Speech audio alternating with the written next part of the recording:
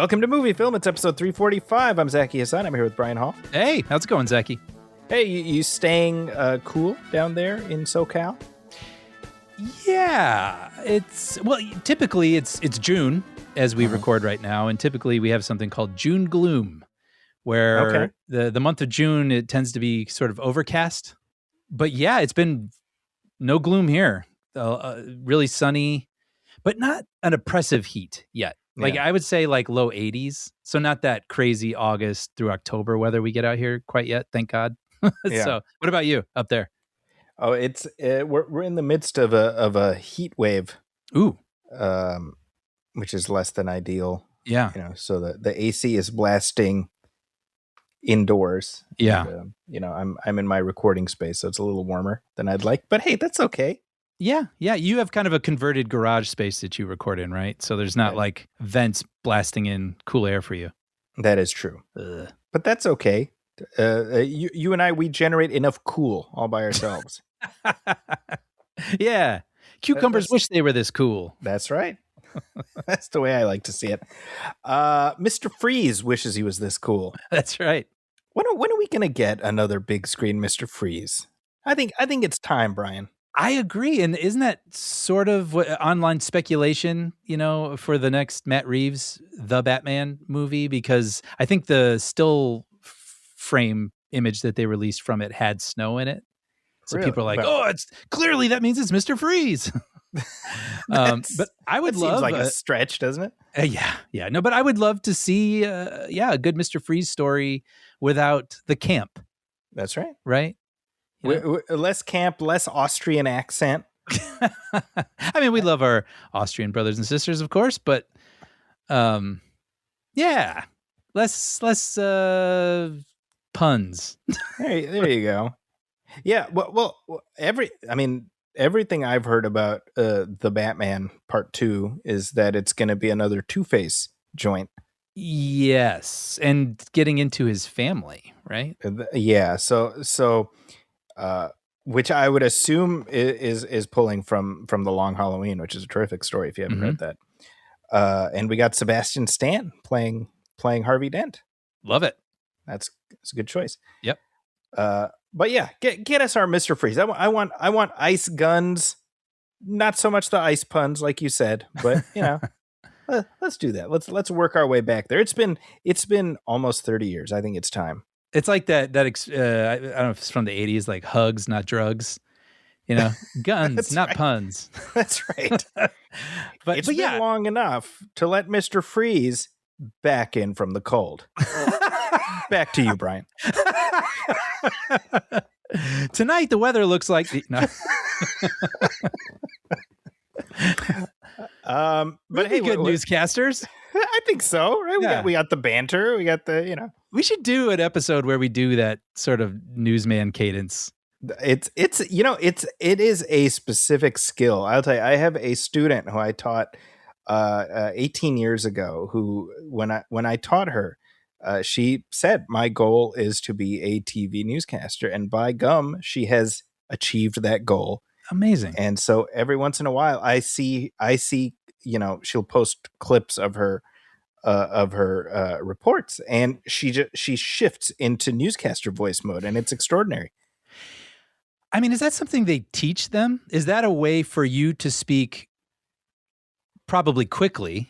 Yeah. But in a way that is very understandable when you're speaking so quick, conveying a lot of information? I see it as like, some version of like, in the stage acting, you have like the mid-Atlantic accent. Yes. Which actors are taught, and that's for the stage and screen. I feel like there's something similar with like newscaster voice. Yeah. I mean, I assume there must be some sort of reason for it. Mm-hmm. I'm guessing it just has to do with making them as understandable as possible. Yeah. And yeah, like you said, it's interesting. No matter where you go, what region, you just see newscasters speaking with that cadence. That specific way. It's hypnotic. Yeah.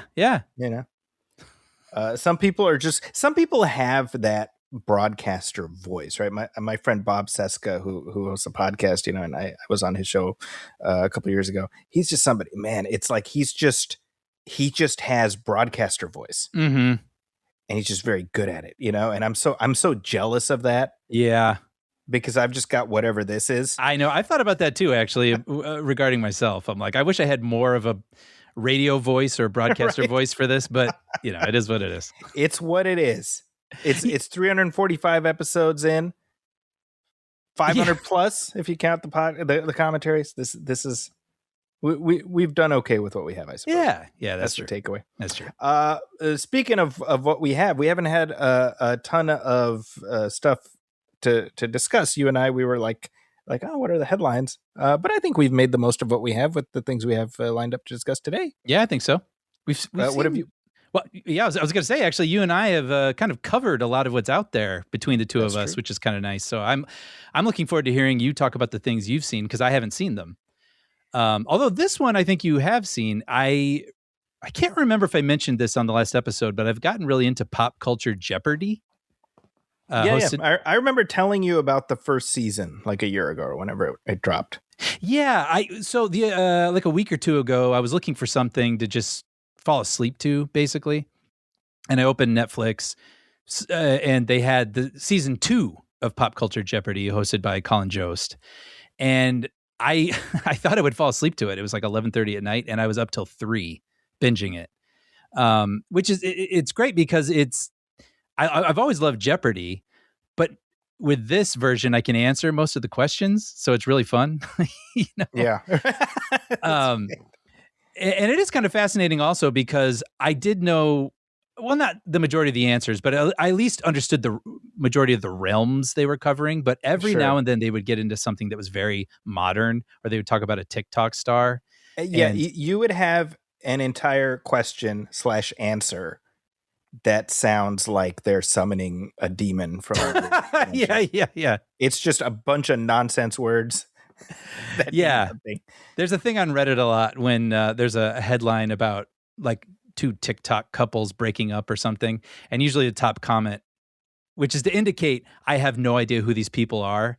Someone once did a tweet that was like, this is what modern headlines with young stars I don't know sound like, and it says, curtains for Zuzka, you know, such and such caught flipping a grunt or something like that. It's just nonsense, but it makes sense to some audience out there, but it makes no sense to us. And so, yeah, a couple of the questions feel that way, but not enough. I was able to enjoy it, but I burned through the whole thing and really, really enjoyed it. There were some good twists and turns, you know, people coming back that you didn't expect and whatever. So am I wrong to is this just arrogance on my part to think that you and I would just destroy on that show? No, I thought about it. Yeah. I thought about it. Well, because I was answering all the questions, and a lot of them, and enough of them that I was like, dude, we would really do well if we could get the buzzers right. We would do really well. That's the thing. That's what you realize. It is a buzzer game. Yeah, because I mean, you could know the question, but if someone gets it before you or gets the timing a little bit better than you know. Yeah. But anyway, I burned through the season 2 on Netflix, so I went back to season 1 on Amazon Prime, and I'm watching that one right now. So I'm loving it. And I think a lot of people who listen to the show would enjoy it too. Oh yeah, season 1 had the 3-person teams. Yeah, it's a little different. Yeah. So I think that was a smart thing. They made it 2-person teams instead.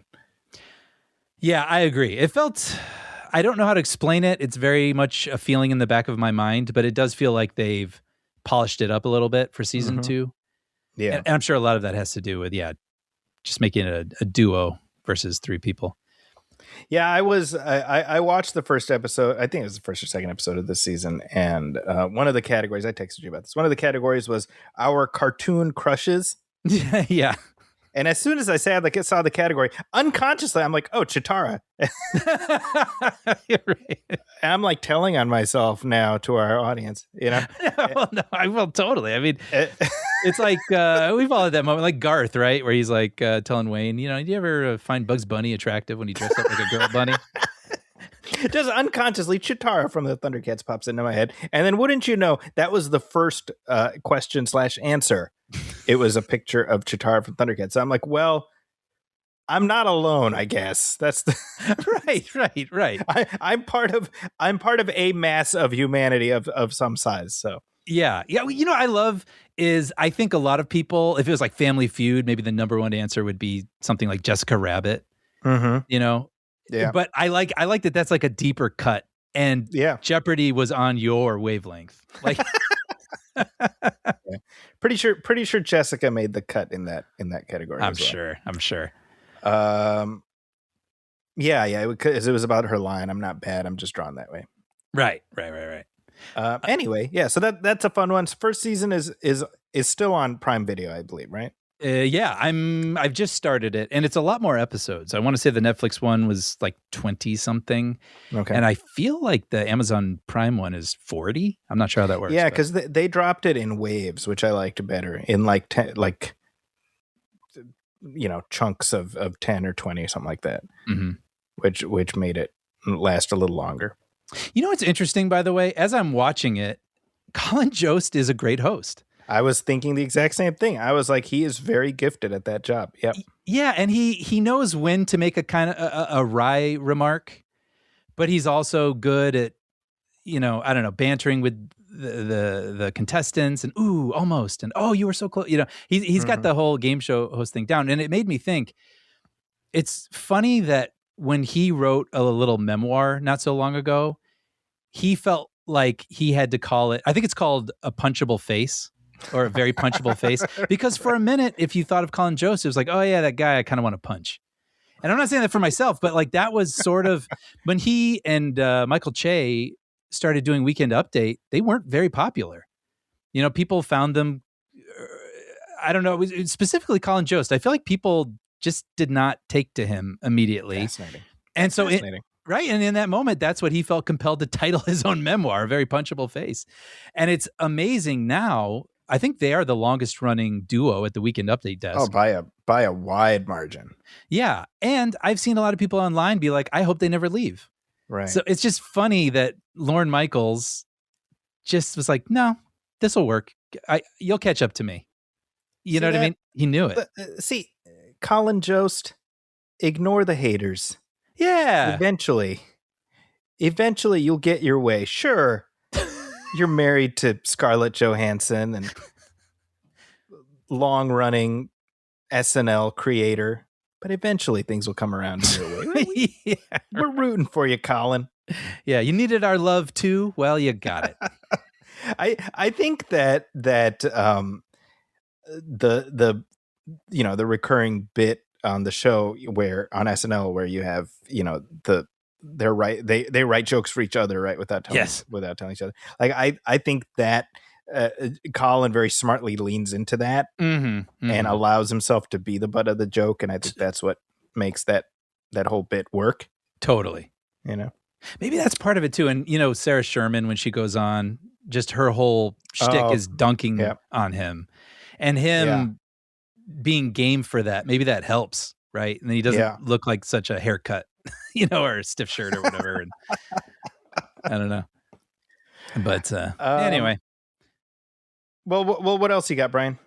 Well, I'm just, I got to do it. There's only one episode left. I got to throw out some love again for Widow's Bay. Man, I love this show. Apple TV Plus. I'm telling you were on the leading edge of the wave. That's okay. So it's so funny because this is not happening in my algorithm. So fascinating. Just a lot of posts about it. A lot of talk. Yeah, people loving this show.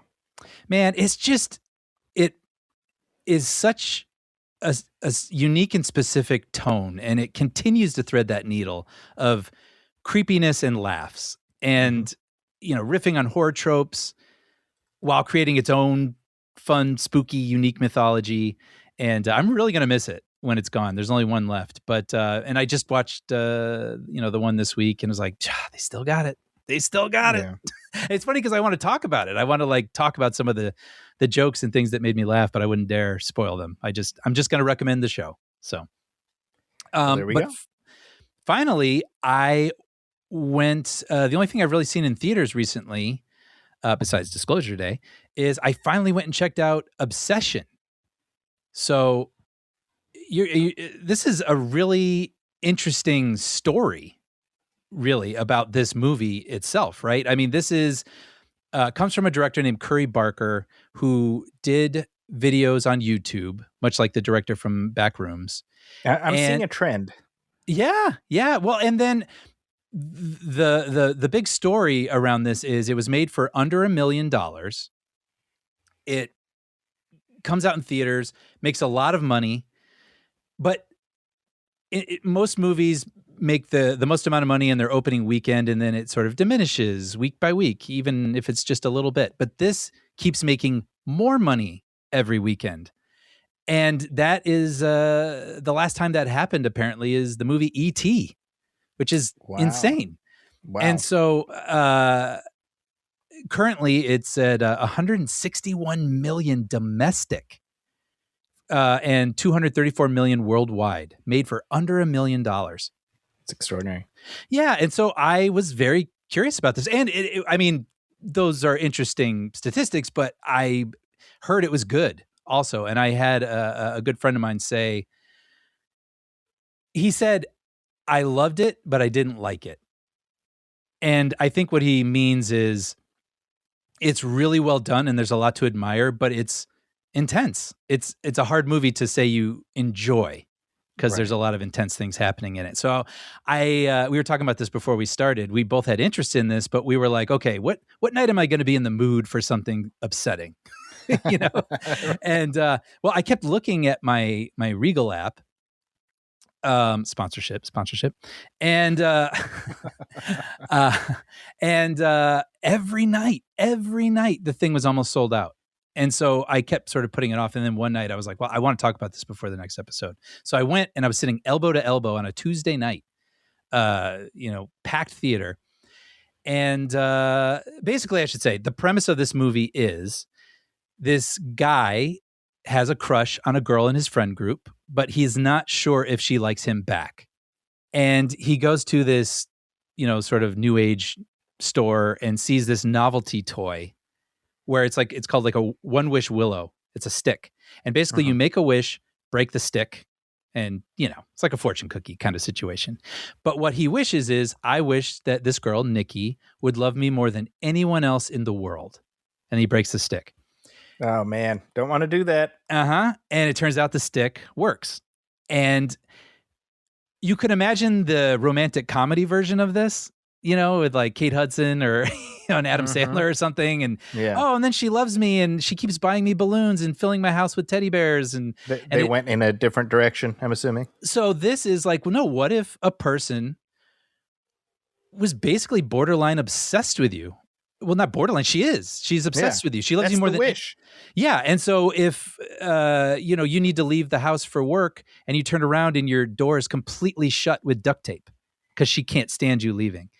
And, as soon as you walk out the door, she basically stands with this really creepy smile on her face and then pees herself standing there because she's going to wait for you to come home. Like, what would realistically happen if you put someone under that spell? It would be hell for that person.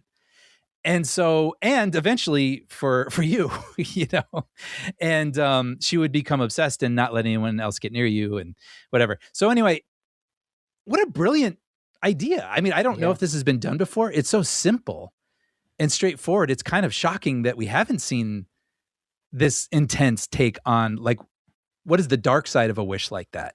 Right. Right. And so I got to say, I really liked this movie a lot. Nice. Really liked it. And I completely understand that it's upsetting. It is upsetting. And it's mostly an unpleasant, upsetting feeling. I'd say there are one or two moments of just outright horror. Like, oh, good Lord, like kind of moments. But not as many as you might think. It's just the psychology of it, which I don't want to spoil, but like there are glimpses throughout the movie where the person, her real person, is trapped inside. The non-wish. The person who is not under the spell. Gotcha. And occasionally that will like reveal itself and she'll kind of, and so she is experiencing a form of torture. She's an unwilling participant in this. Yes. And so that is, if you really think about it, what makes it so upsetting and disturbing and the implications happening here. But I got to say, as upsetting as it was, and I understand that a lot of people have found it super upsetting, I think part of me was watching the movie and enjoying it, but also just marveling at it. And I couldn't help but think about, as I was watching it, wow, these people had no idea when they probably made like $2,000 for a month's worth of work. You know, being a cinematographer, being the actors, doing the score, that they were making the greatest calling card they could have ever imagined. You know, and this movie does not look like a scrappy movie that was put out and you can imagine that they're going to do so much better with the next one. This is a really remarkably made movie, and like very mature decisions in the filmmaking. I mean, it looks gorgeous. It looks like $20 million. Wow. And he decides not to do a lot of cuts. And I don't know if that has to do with budget. You know, maybe he couldn't do as many setups. And if that's the case, I don't want to put that on him, because maybe this was all creative intention from the beginning. But if that was the case, that could be sort of like Jaws, the shark is not working, where like your limitations made your movie 10 times better. Because what it allows is, there are a lot of really uncomfortable moments between these two people. And when you allow them to sit and you don't cut, you're existing in this moment with them. And we don't get the relief of a cut. We're stuck. Gotcha. And the performances are so strong, and the framing and the lighting and the storytelling at the script level are just so top notch that like you would never know that this was an underdog movie that would be very unlikely to become this breakout hit. So I couldn't help but also be admiring the movie as I was watching the movie. And I think that might have softened the blow a little bit for me. You know what I mean? Because I was thinking like, man, good for them a lot while I was watching it, which didn't diminish it for me. Like it didn't take me out of it. I just made me, in my own personal way, appreciate the movie even more, I guess. Yeah. But for people, it's just funny. It is a horror movie. And so I can't like broadly recommend it. You know, people I think know what they're able to stand with when it comes to that. Right. But knowing what it is, I definitely recommend this movie. This is a very good, dark tale. And, you know, it also made me think, because now we're having this sort of explosion of new exciting voices in horror, right? I mean, several years ago, it was Jordan Peele, you know, we had, what was his name? Oh gosh, I should have it in front of me. I don't, but the filmmaker who did Back Rooms. Kane Parsons? Kane Parsons, forgive me. Yeah. And then now this guy. And it's interesting because, you know, you and I for the longest time have said, we are not horror guys. And it used to be, we're not horror guys, period. That's right. And then it became, well, we're not horror guys, but I kind of enjoyed this. And then in the past couple of years, several of my favorite movies of the year were horror movies. Right. You know, you had Companion and Weapons and this and Backrooms. And I was thinking, it's interesting because there was this thinking several years back, why are all these big movie stars doing TV shows? It's like, well, movies have become this sort of thing where they have to make a certain amount of money. They cost so much money, they have to perform and get the biggest audiences to show up for them possible. So they're making these things that don't feel as specific.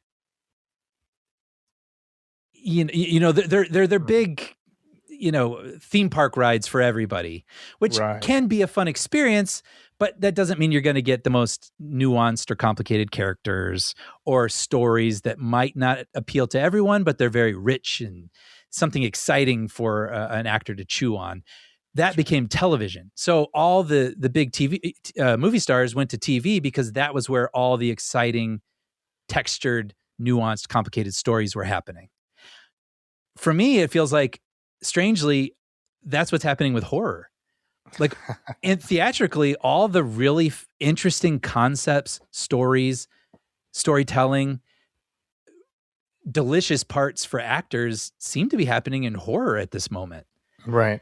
And I mean, I would love to see that open up. I would love to see that happen with comedies again, with thrillers, with dramas, and all that. But it is funny how I have kind of become a horror person because that's where the most interesting stories are happening in this moment. Fascinating. Right? So we should say, depending on the horror. Oh, no, absolutely. Well, okay. What I want to say, I want to clarify. Because for a long time... You're not waiting for Winnie the Pooh Blood and Honey 2 or whatever. No. Great point. But what I mean is these really interesting... Yes. Like I didn't used to like horror because it was mostly, what are 10 creative ways we can kill teenagers in 2 hours? Yeah. Stupid teens. Yeah. And I just had no interest in that. Like, I'm not entertained by different forms of mutilating people. Mm-hmm. You know what I mean? And I know some people are, and they have a detachment from it, and they just see it as like a haunted house experience or something. Totally get that. Not for me. But with these stories that I'm mentioning, Weapons, this Companion, they're really fascinating stories and have fascinating themes and fascinating characters. And they just happen to have horror elements woven throughout them. Now, would I have preferred this movie if it didn't have one or two insanely disgusting things? Yeah. Like, personally, yes. I wouldn't mind if they'd scaled back one moment in particular, but that's what it is. You know what I mean? And I'm willing to stomach that because I'm getting to enjoy such a great story on the big screen. Now, I understand my man Andy Richter is in this movie. Yeah, it's kind of a small part, but is really warms your heart seeing him for sure. It's fun seeing both Conan and Andy branching out into non-comedic, Well, that's right. Yeah, Conan in If I Had Legs, I Would Kick You last year. That's right. And then he's going to be in Toy Story 5 this month. That's right. Yeah. Now, you said you're familiar with the actress from this, Indy. Indy Neverett. Yeah. She was one of the regulars on Superman and Lois. Yeah. Which, as longtime listeners know, is one of my very favorite Superman adaptations. Mm-hmm. She was the daughter. She played the daughter of Lana Lang. So, that's Clark's, girlfriend from his Smallville days. Mm-hmm. He moves back to Smallville, and now, her daughter starts dating Clark's son. And she was a solid part of a very solid ensemble. That's great. And I know she's kind of blowing up, now with this movie, which I'm really happy about because, we were saying right before we started recording, I mean, like, you can be the greatest actor in the world, but you need the material that's going to be the right showcase for you, for everyone to see it. And it's amazing that this movie that she probably had very little expectations about, again, with its budget and everything. And this was just a show-stopping showcase for her. Like, she gets to show such a range where she plays a really nice, normal person that any, person would have a crush on at the beginning. And then she goes through this sort of metamorphosis phase where the spell is taking over and she's a little confused, but she's also feeling these sorts of feelings that are unnatural and also being herself a little bit. But then she becomes maniacal and she gets to do some really fun, showy, maniacal stuff. And it's unsurprising that she's being talked about so much after this. Well, the mark that somebody's made it is that people start feverishly fan casting them as various superhero characters. So that's the, right? It's like, there's other roles, believe it or not. Everybody's like reaching for that superhero dream, Sure. But right away I saw, she's got to play Harley Quinn. And I was like, well, that seems a little on the nose, doesn't it? Right. Well, I mean, you can imagine, of course, because of this, because she does a lot of creepy smiles and this incredible creepy frown. And then also Michael Johnston, who plays the guy who makes the wish. I mean, it's so good because it's so meaty. It's not just about, okay, she's under the spell. How many disgusting things can she do for 2 hours? Like, it really is about what is this like for a person under that spell? And what is it like for this person who's put that person under the spell, who is kind of getting their wish come true? But then you also realize that maybe this is a bit against her will. And what do you do about that? Yeah. Do you try to fix it? Do you try to just, plug your ears and ignore it? Do you and he plays that sort of that person really well.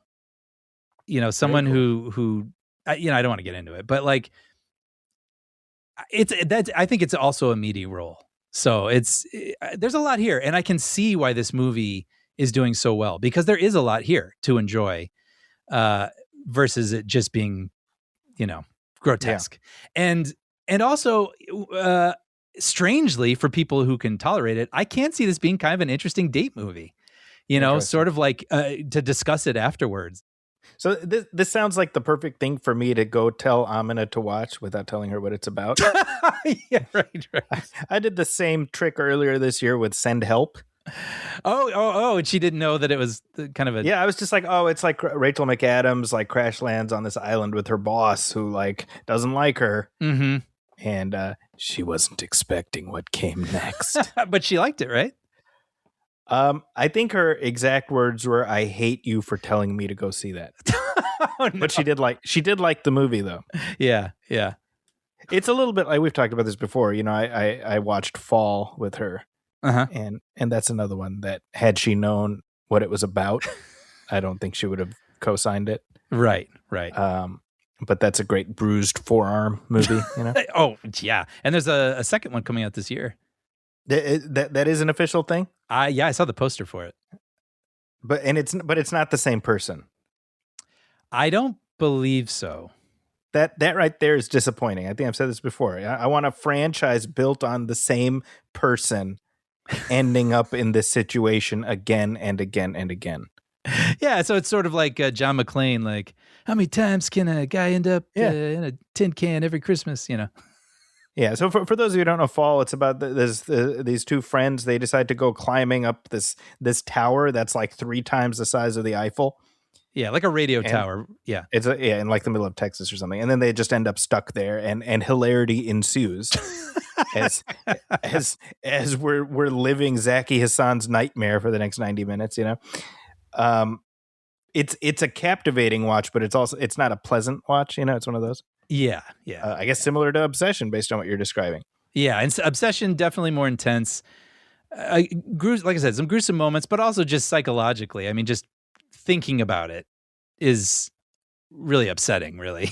When you get down to it. But very, very well done. A remarkable feature debut with by Curry Barker. I mean, just so assured, and like you'd think he's been doing this for 10 years. Well, in that vein, let's shift gears slightly, because I too saw a horror movie. Oh, what's happening to us? Who are we? This this is a horror lampoon, I should say more accurately. It will be known now and forever as the He-Man Killer. Oh no, I'm talking about Scary Movie. Yeah, Scary Movie / Scary Movie 6. Scary Movie 6, which of the Scary Movie catalog, how many have you watched? Definitely 4. I don't know if I ever saw 5. Okay. Yeah. So you saw but you saw the first 3? Wait, I take that back. I did not see 2. Okay. Yeah, I've never seen 2. That's what I realized after watching this one. Which I'm seeing online seems to be everyone's favorite. But really? Yeah, I've seen 1, and I even saw 1 again recently. It's been on Pluto, and I watched the whole thing. Really? Okay. So I have not. I saw it opening night back in 2000. Yeah. I haven't seen it since then.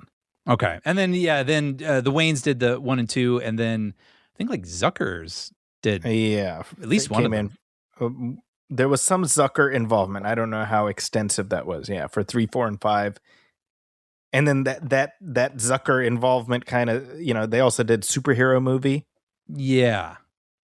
Which is not terrible, I will say. That's what I've heard. Yeah, I've seen chunks of it, but what about you with Scary Movie? So, like I said, I've seen bits and pieces of 3, 4, and 5. I think I couldn't tell you which is which. I know Leslie Nielsen is in one of them, I think. The thing I will never forget is he plays the president, and it turns out he's an alien, and he pees out of his pointer finger. That's right. That's right. And then he like taps the pointer finger to get the drips off. That's what I remember. That's what I remember. Classy. Classic. So I remember watching the first one in the theater and finding it uproariously funny. I remember very distinctly. Right. I have not seen it since, so I cannot speak to that. I will say, watching this, I was like, man, this is rough. Really? Okay. I mean, I'm just like, well, I'm pushing 50, so this is. I'm, on the one hand, I'm like, well, maybe I'm just not the audience for this anymore. Then I'm like, well, I think I am the audience for this because, right. So I was having this weird, it wasn't even like, I just found the jokes mostly very broad and obvious. So it wasn't, they were tasteless or whatever, all of that you expect, but it's like the movie itself is following the structure of Scream, the 2021 Scream. Okay. So already you're like parodying a 5-year-old movie at this point, Right. And then, they work in, you got The Substance is parodied and Get Out, and like a lot of the recent stuff. We got some Sinners in there, Mm-hmm. But to me, it just felt very obvious and unfunny in that way. I think that Marlon Wayans, who I like a lot, like his character Shorty, who is in the first two. He gets a lot to do in this, and it was like way too much. Okay. Because I'm like, he's just like a stoner. That's his whole thing, right? And that's it. And I'm like, a little goes a long way, Right. I think that you have Shawn Wayans playing Ray, who's like the closeted gay guy. Mm-hmm. He has stuff in this that I think is funnier. Okay. Even though it's all very one note, but it's at least funny, Mm-hmm. But like, other than that, it's like Anna Faris is doing like, she's like Jamie Lee Curtis in the Halloween reboot movies. Okay. And she's woven in, and then you've got a Newscaster. I don't remember their names, but like it's very laborious, Really? Wow. Okay. I found it. I'll put it this way. I found it mostly unfunny up until the very end, and I won't reveal it. But like the third act, as we're winding up the story, I laughed at some of the things they did. I thought those were pretty funny. Okay. But I just, my question is like, how much of an afterlife do these movies have anyway? Well, that's my question for you, actually, because we had the Naked Gun reboot recently. Yeah. And they did a really good job. I know we were sort of nervous. Like, can they even come close to replicating that kind of humor all these years later? Because it seemed unlikely. We hadn't seen it in so long. And they actually did a really good job of doing a similar style of humor, which is a lot of visual gags, a lot of wordplay. And they, brought it into the 21st century also. I thought it was successful. But there were also those terrible parodies several years ago, like Date Movie, Meet the Spartans, Epic Movie. And the problem with those was all they did was try to be like, remember this?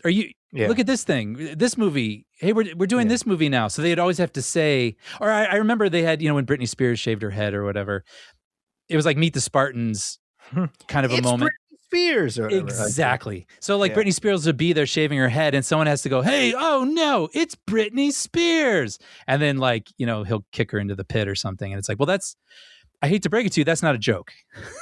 Right. Like you could maybe work with that. Maybe you can find something there. But like, so I guess my question is, does this skew more that kind of parody, or does this go a little bit more closer to the Naked Gun? That I think it's somewhere in the middle. Like, I don't think it's as amateurish as those other ones, But I think so much of the humor in this is reliant on recognizing the reference, and it's not funny on its own. Yes, I see. Right. Like the Substance sequence. Unless, I mean, granted, I haven't seen The Substance, but I'm familiar with it. I know, but if I would imagine that not everybody watching this movie has seen that. So would it just not make any sense at all? You know? So they don't take that scenario from the substance and craft jokes within it. They just present the substance and expect you to laugh at recognizing it. I think so, right? Like there's one bit where it's the Marlon Wayans character is gets stoned and then Ghostface shows up. That's the other thing, by the way, is that they call him Ghostface, and I'm like, yeah, I guess because it's all like within the same studio, right? It's all that's right. Paramount now. Yeah. But so Ghostface does like the teacup thing, like from Get Out. Okay. And then Marlon Wayans goes into the sunken place, and it turns out to be a parody of K-pop Demon Hunters. Okay. And I mean, yeah, that's me. I'm like, okay, you know? I guess I was trying to imagine it. What do you mean? Like it becomes like CG animated and okay. Yeah. But it's like, well, I mean, I don't find that funny. You get what I'm saying? Like, totally. But I can understand in the heat of the moment on a Friday night, if you're excited about this, and you know those things, that sort of, that's a thing I know, and you have some sort of response to it. But to your point, is that something that's going to live on? Are you ever going to watch it again? Maybe not. Probably not. But on the other hand, you know what? They spent $30 million making this movie. It made like 50 something opening weekend. Wow. Yeah. So, I mean, they got their bag, right? And guess what? I'm glad that the Wayans brothers, who got kicked to the curb before from a franchise that they started, they got to come back and sort of have their triumphant homecoming. Good for them, you know? Right. There's plenty of Wayanses in here. I mean, we got Sean and Marlon, but I saw Damon Jr. is in here. He gets a cameo. Greg Wayans, and Kim Wayans is in here. We got a whole bunch of Wayanses. That's great. Yeah. Plenty of cameos though. My gosh, lots of people popping in. Okay. Yeah, but largely forgettable. I will say the last 10 minutes or so, I did laugh. I found the gags and sort of the way they wound together what they were doing. I found it amusing. Okay. But not enough to recommend it, you know. Right. So if you're feeling like this might be your thing and you just want to kick back and visit a familiar place, maybe you'll enjoy it, but you can't broad recommend. It's not like and the thought I had is it's been what, like 12 years I think since the last one, 13 years. Mm-hmm. So it's like this one was playing catch up with all the shit that like horror in 13 years. You get it? Like now, based on how this one did, they're gonna have another one in theaters like next week. You know? Yeah. And it's like, well, what are you gonna parody? Right. Well, one presumes obsession and back rooms. Mm-hmm. Okay. Right. I mean, you know, it kind of makes you wonder too. I saw something online where on the poster they had a Squid Game mask. Mm-hmm. And, you know, these movies tend to be like 80 minutes, right? Yeah. And you wonder if they have like 2.5 hours of material and some worked better than others. And you wonder what they did shoot that they didn't include. Yeah. You know? Well, it definitely felt, you know what, this is like one gag, which I guess I'll spoil it somewhat. I'm just to make the point I'm making. So you've got, the way the movie creates it, Anna Faris's character has two daughters, and they're in essence Melissa Barrera and Jenna Ortega, right? Mm-hmm. Okay. From Scream. And then you've got the boyfriend who, like, the whole movie is very obviously telegraphing is the killer, just like Jack. So this is literally Scream 5 or whatever. Absolutely, 100%. Okay, right. It's doing that. It starts with her name is Tuesday. That's how obvious it is. Okay. The Ortega character. Ortega, so we're following them throughout, and then we also see that there is a Halloween party at Regina Hall's house, and you know all the kids are there at her house. Okay, so then the doorbell rings, and it's this is not them, but it's you know Melissa Barrera, Jenna Ortega, and Jack Quaid, whatever they're those characters. Yeah. But they're like the vampires from Sinners. At the door. Okay. At the door, and they're like, "Can we come in?" It's like, "No, go away." Right, and it's like we get it. That's the thing from Sinners. Mm-hmm. But I'm like, but why are those? Why are they doing that? Like what?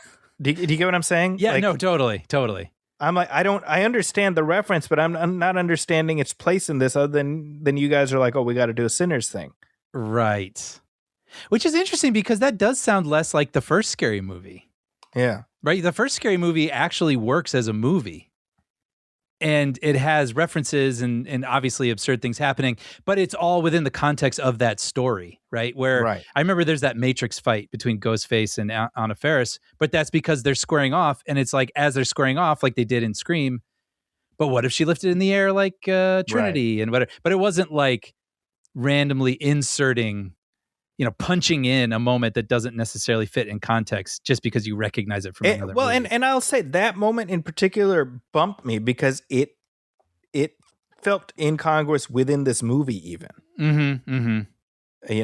It's funny you mentioned about Anna Faris doing the Matrix thing in the first film, because in this we have her doing a John Wick basically as all these Ghostface people come at her.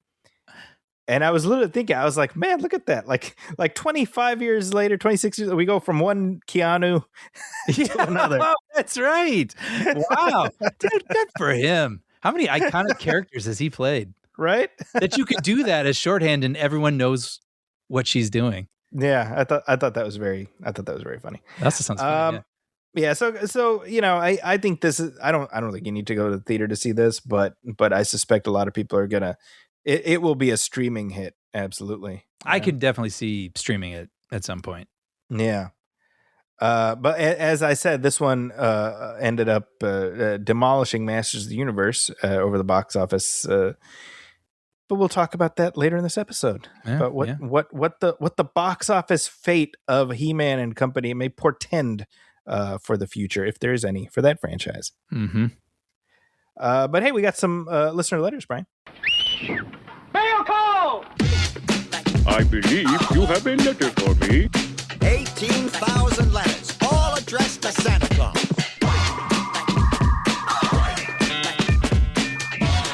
You got mail. All right. So, just a couple weeks ago, we dropped our commentary track for the 1987 Masters of the Universe. Mm-hmm. Got some comments on that. Oh, love to hear it. So here's a note we got from Mark LaChance, who says, I remember seeing this movie in the theater when I was 12, and I enjoyed it. However, now I realize its flaws and limitations, but I can still appreciate it. Lastly, one more leading actor that was dubbed in a film. Now, if you remember, you and I, we were talking about how we were debating about Dolph Lundgren's delivery in the 87 movie. Mm-hmm. And, we talked about how the initial intent was for his voice to be dubbed. And he said, well, when's the last time that happened? I mentioned 1980s Flash Gordon as one example. I think we were perplexed as to whether there were any others. Well, here comes Mark riding to the rescue. Great. He says that Clinton Spilsbury was dubbed. That's not a made up name, Brian. That's a real person. Doesn't that sound like something like, what's your name, son? It's Clinton Spilsbury. It totally does. Yeah. Real guy. He starred in 1981's Legend of the Lone Ranger. Huh. Did you know that movie exists? No, I didn't. So this is a movie. It not to be confused with the 2013 one.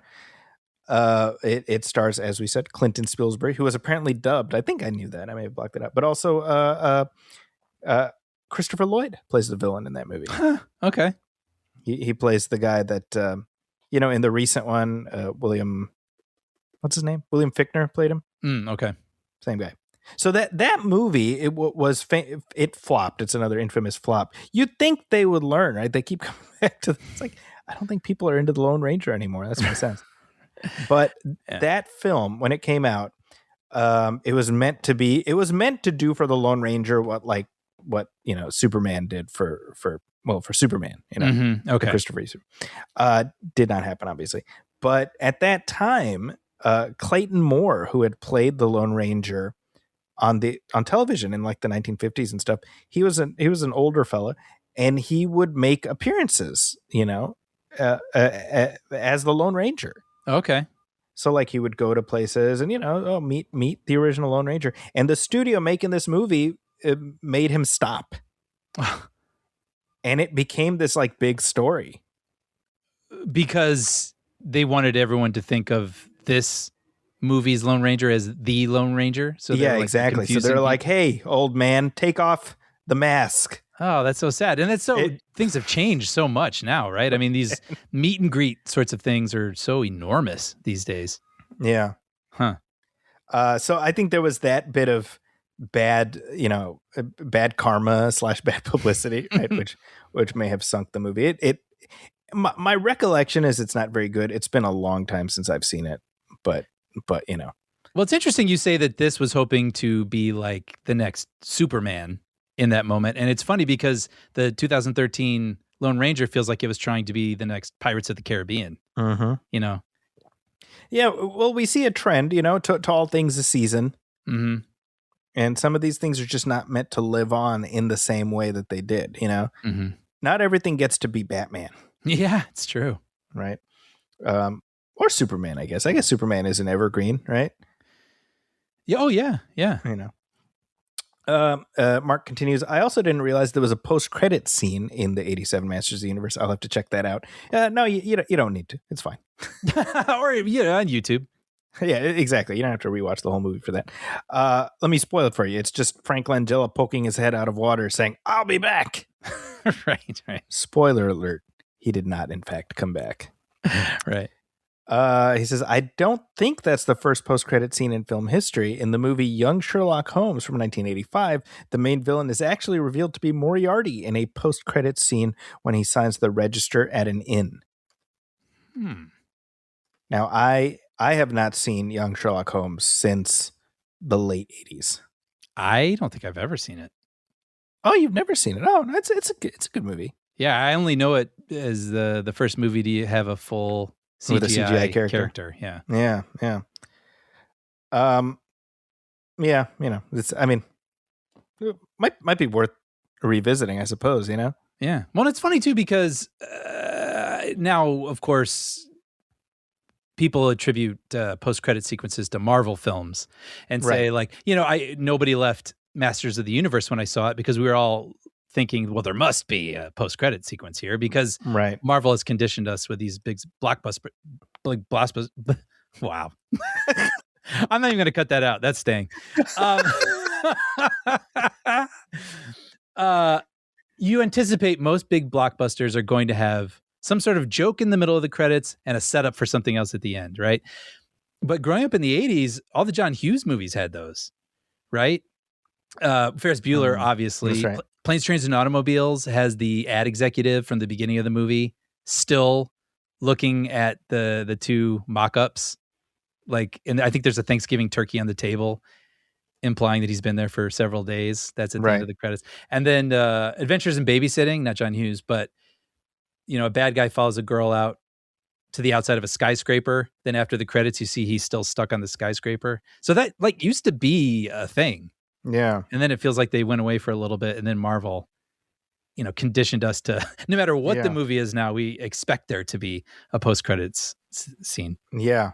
I mean, I'm trying to think of,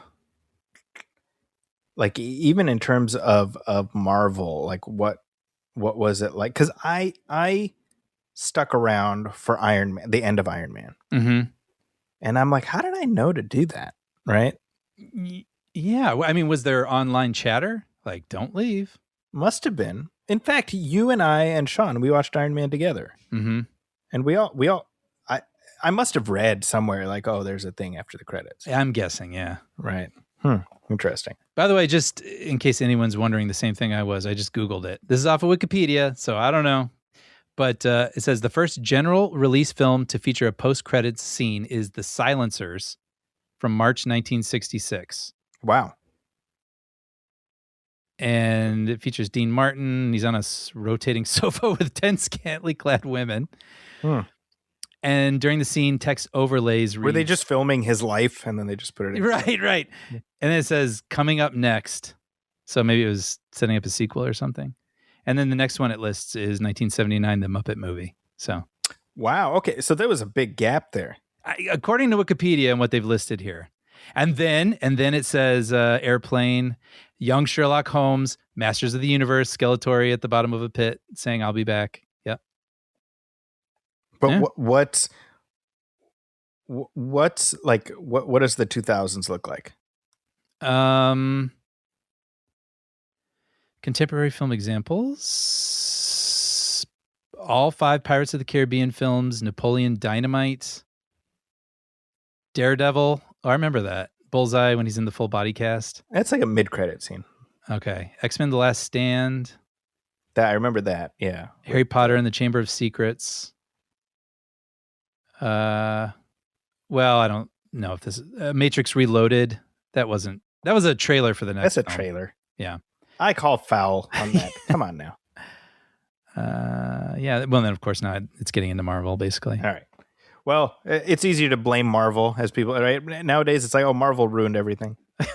Right. But it was with the Masters of the Universe. I mean, I was just convinced. I knew there would be something. You know what's funny is I did not stick around for the final post-credit scene because I thought that was just the earlier two. You know, something told me, because the movie seemed a little reverential for the first one by giving Dolph Lundgren an entire scene and not just one line in passing. I wondered if they felt like they would feel compelled to put something at the end, like to mirror the end, the post-credit scene of the 87 one. Yeah, and they did. They did indeed. We'll talk more about Masters of the Universe in just a second. Oh, actually, one other comment we got. This is also about voiceovers. This is from Mr. Roro on YouTube. It says, I don't know of a recent voiceover dub, but Zac Efron's singing voice was dubbed over in the first High School Musical. Oh. So I know you've always wondered about that, Brian. he was so handsome and like, well, we need that face. We need the face. Just got to do something about that voice. just the singing voice anyway. Yeah. Thank you for that. And we got some headlines here, Brian. Extra, extra.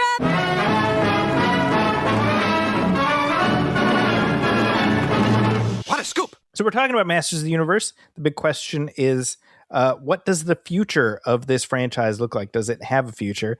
It opened in a way that I have to say, you and I have been absolutely consistent about that this movie was not going to do well. Yeah. I mean, as soon as the first trailer dropped, you and I talked about it, and we were both like, well, Amazon MGM is about to lose a lot of money on this movie. Yeah. And I mean, the main reason was maybe the window for this IP has all but closed at this point. You know, I mean, this is something that would appeal to us and people our age, but I don't know. I know there have been other iterations of He-Man throughout the years, but I don't feel like, you know, a 10-year-old in this day and age knows what He-Man is and is asking their parents to go see it. Yeah. Yeah. So it was an uphill battle for it. It was always an uphill battle. And, you know, this film has been, a hypothetical for as long as we've been making this podcast. Yeah. And we've said pretty consistently, the window is closing. We were saying that like 10 years ago. Yeah. So it indeed has closed based on at least just the box office. But I think there's a comma at the end of that rather than a period, because look, we're a far cry from whatever the first Michael Bay movie, Transformers movie made, 20 years ago almost. And if you remember, in the aftermath of the first Transformers, they were trying to get like G.I. Joe out the door and all this other stuff. And I think this one too was a result of Barbie doing as well as it did, right? I believe it or not, I completely forgot about the Mattel connection. So, yeah. And I think what Barbie had going for it was several factors. One, Barbie has never ever gone away. B, Greta Gerwig had a point of view, and C, Margot Robbie was sort of a zeitgeisty star at that moment, right? So it was this unique alchemy of premise, filmmaker, and star working together. And so I certainly understand Mattel just jumping on that, being like, "Hey, He-Man, Hot Wheels." I'm sure Hot Wheels is somewhere in the development pipeline, Definitely. But yeah, it was always like. Again, as I say this as a fan, it's like, look, it burned white hot from like 82 to 86, and it's never burned that hot again, and that's okay.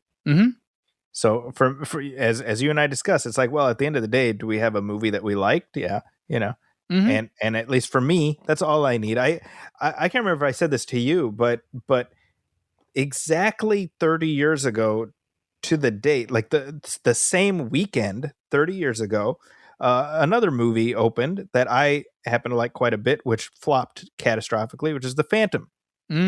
Wow. 30 years ago. And I was thinking further back when no, you said 30. Yeah.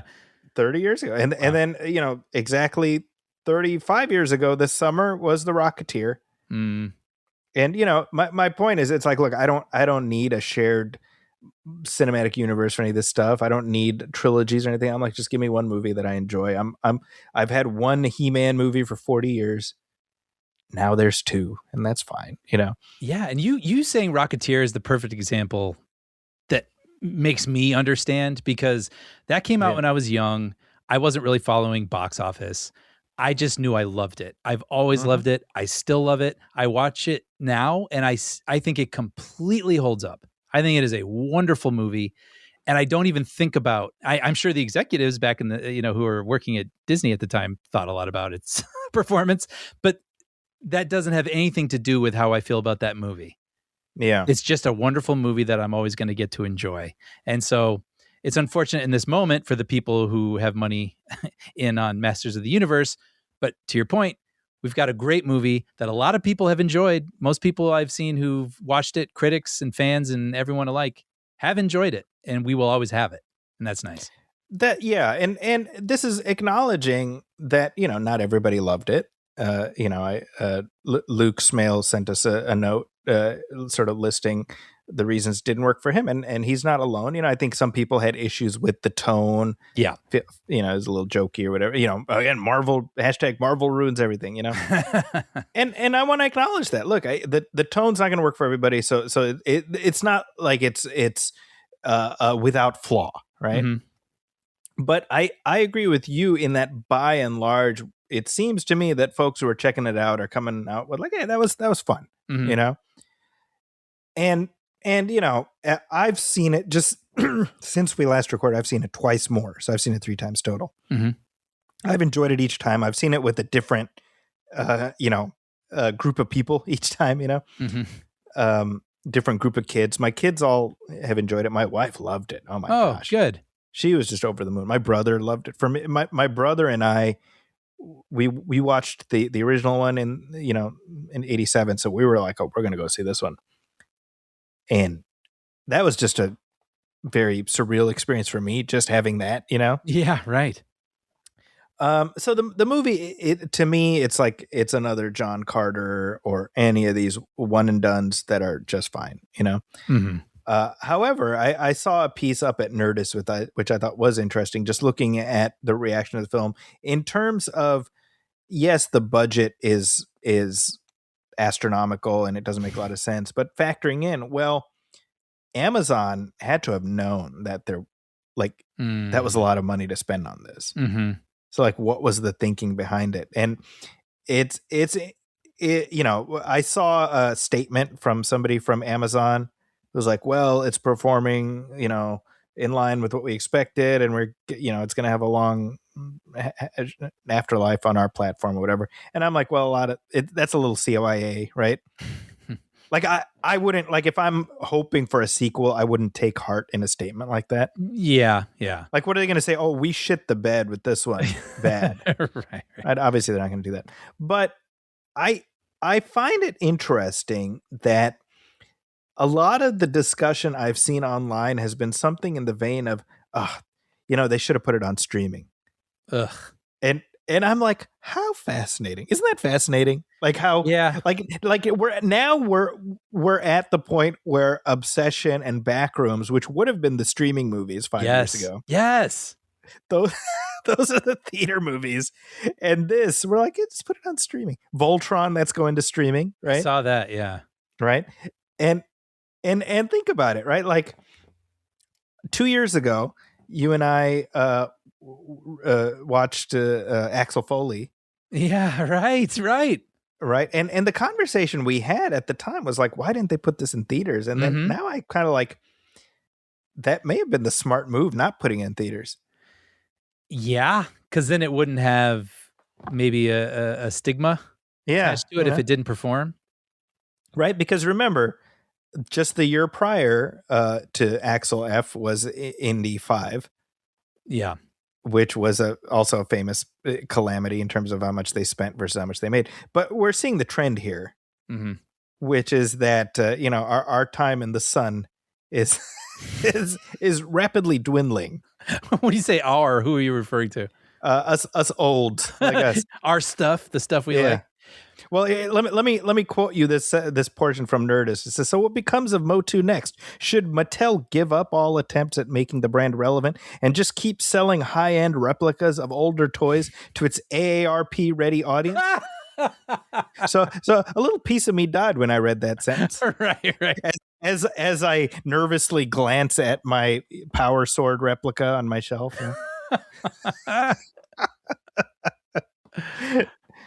So I don't know, this is from Nerdist. They say Amazon MGM should simply read the tea leaves on the non-theatrical future of Masters of the Universe and release the film to Prime Video now. Don't wait 2 or 3 months. Do it in 3 weeks. Drop it while the film is still in the conversation. And if the streaming numbers are good, then pivot and let Motu become a streaming franchise. And weirdly, I look at that and I'm like, maybe that might not be the worst idea. As long as I get one more chance to check it out on the big screen, because I do want to. Yeah, maybe not. I mean, this is 2026. If that works for that, and that I'm glad they made it. I want them to be rewarded for making it. If that's what's going to help them make it most successful for them and profitable and whatever new metric. Yeah. Sure. So one data point I think is worth mentioning here when we talk about Amazon sort of having a plan is that as soon as the movie was released, they put the 4K Blu-ray up for pre-order. And which is fast, I think. Yeah. And it's been like the number one pre-ordered number one seller in that category in Amazon, like since it went up. See, that's cool, right? If that's surely just anecdotal, maybe it doesn't mean anything, but it's a data point. Yeah, and that's not something that could have happened in 1996. Yeah, that's a good point. You know what I mean? So there's just so many unique factors right now, and I'm having to catch up to, like, oh, well, it's only in theaters for a couple of weeks, and that must mean that it's this, it's not going to make its money back, and that makes me feel bad. But it's like, oh, no, we got streaming to account for, and they're going to license it out to, who knows who else to stream it. And the 4K is already a number one seller. I mean, that's not something we ever had when we were kids. We had to wait a year for the home video release of anything. So that's right. They have, like you said, these executives probably had this mapped out. They must have some kind of metric knowing that this movie is going to be living on that service. For and it'll be a driver of traffic, and then again, if you've got these ancillaries, things like the people pre-ordering the disc tells me, well, they're already people are like, I want to watch this again, I want to have it so I can revisit it, right? Mm-hmm. And yeah, I mean, I don't begin to know what the calculations are as far as merch and how that's split between Mattel and MGM, Amazon, but I don't know. Interesting data point. Anyway. Yeah. Like I could easily see a situation where a sequel is has more of an audience because of goodwill from the first one. I just think that this isn't like a Batman Begins situation where the first one did reasonably well and then the second one just blew up. Right. Like this. I mean, this is there's no spinning this. This is a catastrophe in terms of money spent versus money out. Yeah. But anyway, I find all of this interesting in terms of realizing that 20 years ago was probably the peak window to put this out there, and you're like, well, this is primarily a Gen X franchise, and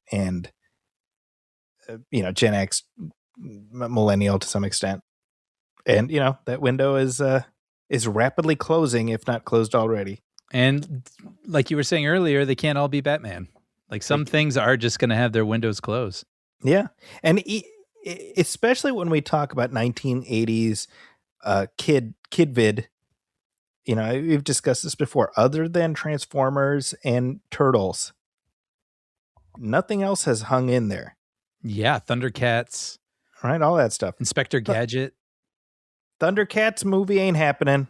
Yeah, no. Sorry for anybody who was hoping to see a live action Chitara. Not me. I'm just in general. If anybody was hoping to that, it probably won't happen. Sorry. Wait, that folks. reminds me. By the way, so speaking of algorithms and the things we're seeing, I have this thing now. It's AI generated, and it shows a red carpet for a movie premiere of 80s cartoons. I mean, this sounds so, of course, this has like been sent to me. But I remember there was one for Inspector Gadget. Okay. And I gotta say, it looks incredible. Like the lighting is perfect, and it's Jim Carrey as Inspector Gadget. And that's what they should have done in the 90s, right? Oh man, that's the thing. The casting is always perfect. And then, what was the one? Oh, I saw Thundercats, and it was Margot Robbie as Chitara. Oh, perfect. It's perfect. Yeah, and it's really well done. Do you ever see these? I have not seen that. Yeah. Okay. I'm going to send them to you and infect your... Are you going to screw up my algo too? Yeah. No, you'll love it. It's right up your alley. Oh, you mentioned Inspector Gadget, and I feel like weirdly that late 90s movie may have put just enough juice in the tank for them to come back. Like that's the thing that people may have nostalgia for. Isn't that hilarious? I've noticed that because I'm a big Inspector Gadget person. That was one of my huge cartoons as a kid. Yeah. And so when I sometimes will Google it or look things up, or I'm like, are the old episodes anywhere? Did they make new episodes? I'm noticing there's a lot of nostalgia for, that Matthew Broderick one, which I'm like, oh, fascinating. That is fascinating. Yeah. So, that may be one that gets another turn at the grinder. Yeah. We shall see. Yeah. Hey, speaking of belated sequels, the truth is, no matter how much time passes, the window's never completely closed, because look at this. They just announced this week that a 24 Jump Street is in the works. Yeah. This is a new Jump Street sequel. Now, you may realize that they skipped 23 Jump Street. Yeah. So we got 21 Jump Street in 2012, and then 2014 was 22, and then 12 years later, 24 Jump Street. Mm-hmm. So that's a clever meta acknowledging that it's been a long time. Yeah. Well, and at the end of 22 Jump Street, they do set up 23 Jump Street. Do you remember that? Well, yeah. And they set up like through to like 30 something. Yeah. Yeah, exactly. So I don't know if that's in reference to that or whatever, but those movies have been on Pluto lately. I almost always stop on them, and they are just like a joke a minute. Yeah. And they land. Yeah. I really, really enjoy those movies. So when I saw that they were making another one, this is something I'm like, perfect. I really love the brand of humor. Jonah Hill and Channing Tatum are hilarious together. I would definitely want more of this. So this is great. Yeah, so I'm looking at Variety here. It says the third installment of the franchise has been in development at Sony for more than a decade. Remember, they were plotting a Men in Black crossover. Which, don't you wish we could have kind of seen what that was? Well, Channing Tatum has said that's the best script he ever read. Well, which may be just a comment on the type of scripts he's getting. I don't know. Well, there's that, but also, I mean, that's what they all say. That the unmade one. Yeah. But when that never leaked, did it in the Sony leak? That script? No, it not the script, but I wasn't that when it first got out that they were thinking about doing that. Yeah. Interesting. Yeah. So it says here again, this is from Variety. Why skip ahead to 24 Jump Street? For starters, Sony's Jump Street movies are already a self-aware reboot. Plus, the coda 22 Jump Street sees Schmidt and Jenko take on a series of other undercover missions that could serve as a potential 23 Jump Street. The duo infiltrate a medical school, culinary school, firefighter school, dance school, eventually become a video game and animated series. Thus, Sony titling the forthcoming film 24 Jump Street continues the running gag. At present, Tatum only has an offer to return for 24 Jump Street. Negotiations are expected to take place soon. But Lord and Miller are not. They're producing. Yeah, they're not. Yeah, they won't be directing. But I guess someone named Rodney Rothman, who directed or co-directed one of the Into the Spider-Verse movies. Yes, We'll be doing this. So it's in the Lord and Miller family. Yeah, well, see, now Lord and Miller are, they're too highfalutin now that they've got their like dramatic success. That's right. I've seen enough stories like this drop where it's like, hey, another one of these in the works of X fill in the blank franchise that I'm not getting too excited. That's a good point. Because it feels like this could very well be like a testing the waters strategic drop, I bet, because they do track, how many times things are referenced on social media and whatever. So maybe it's like, yeah, they put a little drop of blood in the water and see how many people bite. Yeah. Yeah. Now, that said, I think it is a good idea. And I feel like we're talking about windows closing. This pretty much is like your window. Mm-hmm. You got maybe another couple of years, but it's very hard to get Jonah Hill and Channing Tatum to pass for students anymore. Right. I suppose they could pretend to be teachers, right? That would be the next logical. Oh, that's good. Right. Yeah. But yeah, I've said this before in the second Jump Street movie, when Channing Tatum figures out that Jonah Hill slept with Ice Cube's daughter. Yeah. I have never laughed that hard in a movie theater. Like I was doubling over. Like for the rest of the movie, my stomach was hurting. You're still thinking about it. Yeah. Yeah. Oh my God, just brilliant, so funny. Yeah. So I will watch this. Oh, same. Yeah, and then like you said, speaking of windows, I mean, this could inject new life into this thing, and then you get two more if it works. we got a whole roadmap after the post-credit scene in the That's right. We're going to be talking about this feller's latest release in just a little bit, but Steven Spielberg's making the rounds, Brian. Yeah, it's I was telling you, it's pretty fascinating with Steven Spielberg because he is very gregarious and he does good interviews. But if you start to watch a lot of his interviews, you begin to notice that they're a little crafted. They're pre-produced. Like he has his talking points and he tends to repeat his talking points and his stories when, we of course would enjoy any new morsels, just about himself and his process and all these things. But he always sort of gives us exactly the amount he's going to give us. Right. And he doesn't do director's commentaries explaining his films. And when he talks about his films, he tends to tell the same stories about them, right? That we've heard before. And he doesn't do long form interviews until now.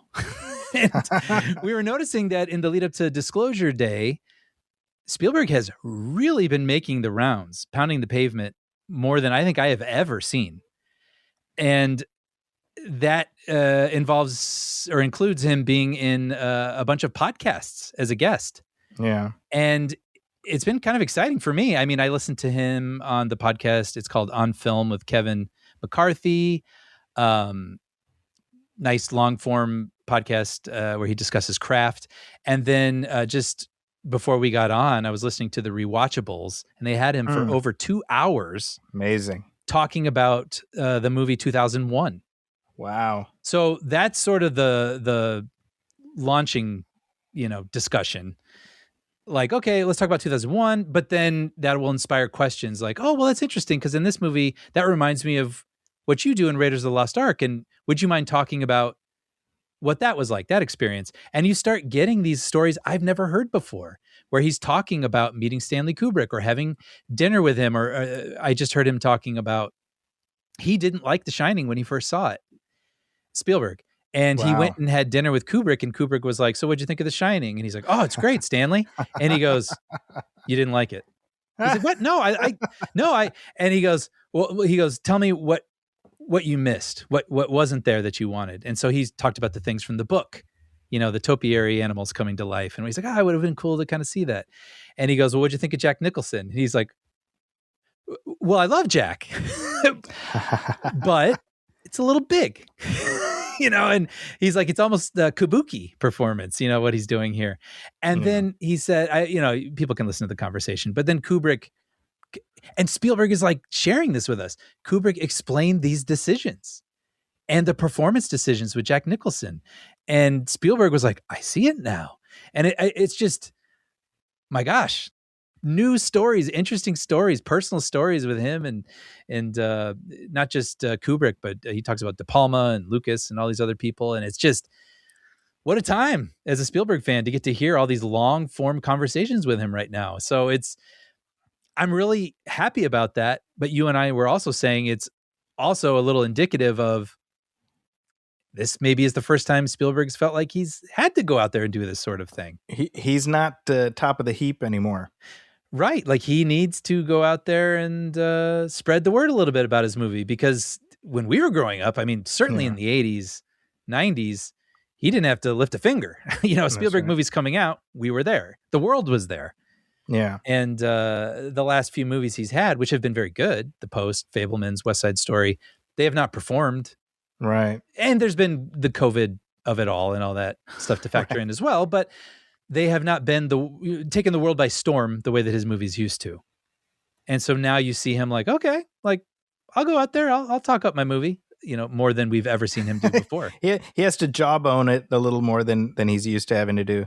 Yeah. Yeah. Have you watched any of these conversations or? I've seen not what you're describing, but I saw him on a Colbert show about a month ago. And I was thinking like, there's a short list, right, of people of like directors who would show up on late night shows. Right. And Colbert is one of the ones who can, who would do that. Right. Cause he had Christopher Nolan also. Oh, right. Yeah. Yeah. I think that the movie landscape, I mean, this is just one of those things where you and I, we have been around long enough to see all of the waves, how these things go. And I think I think this is a discussion you and I had before where it's like every director gets a certain number of at-bats. And at some point, just the zeitgeist moves on. And, that's sort of where Spielberg is at right now, He's a fascinating case, right? Because everyone still knows who he is. And I do feel like there is still a reverence for him. I've mentioned this on the show, but the first trailers for Disclosure Day weren't doing a ton for me. Right. They weren't giving me a lot. And I wasn't quite sure I wasn't finding something to hook onto necessarily, but of course I was going to go. It's Spielberg, it's aliens, all that. But I was picking up on, and I had multiple experiences of this, people next to me not quite jiving with the trailer. And then as soon as it said from Steven Spielberg, multiple times I heard people go, oh, like sort of, and then there were these two young people next to me. I told the story, and I'm like, what does he mean to them? Like, does he? I don't know. And when the thing ended, I heard someone go, and then the other kid went, well, but it's Spielberg. And I was like, okay. So, I mean, he's not dominating like he used to, but I do feel like people still look to him as elevated. You know? So we'll see, though. The frustrating part about recording this episode is this is before it's really come out. So we have no idea how this is going to do. I'm very curious. Well, how about this, Brian? Why don't you and a guy, let's go see it. Okay. And then we'll talk about it. Look forward to it. See you soon. All right. See you in a couple hours. Okay.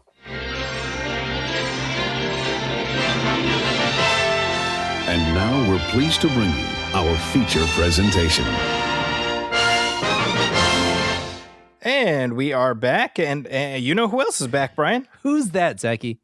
Why, it's Steven Spielberg making his movie.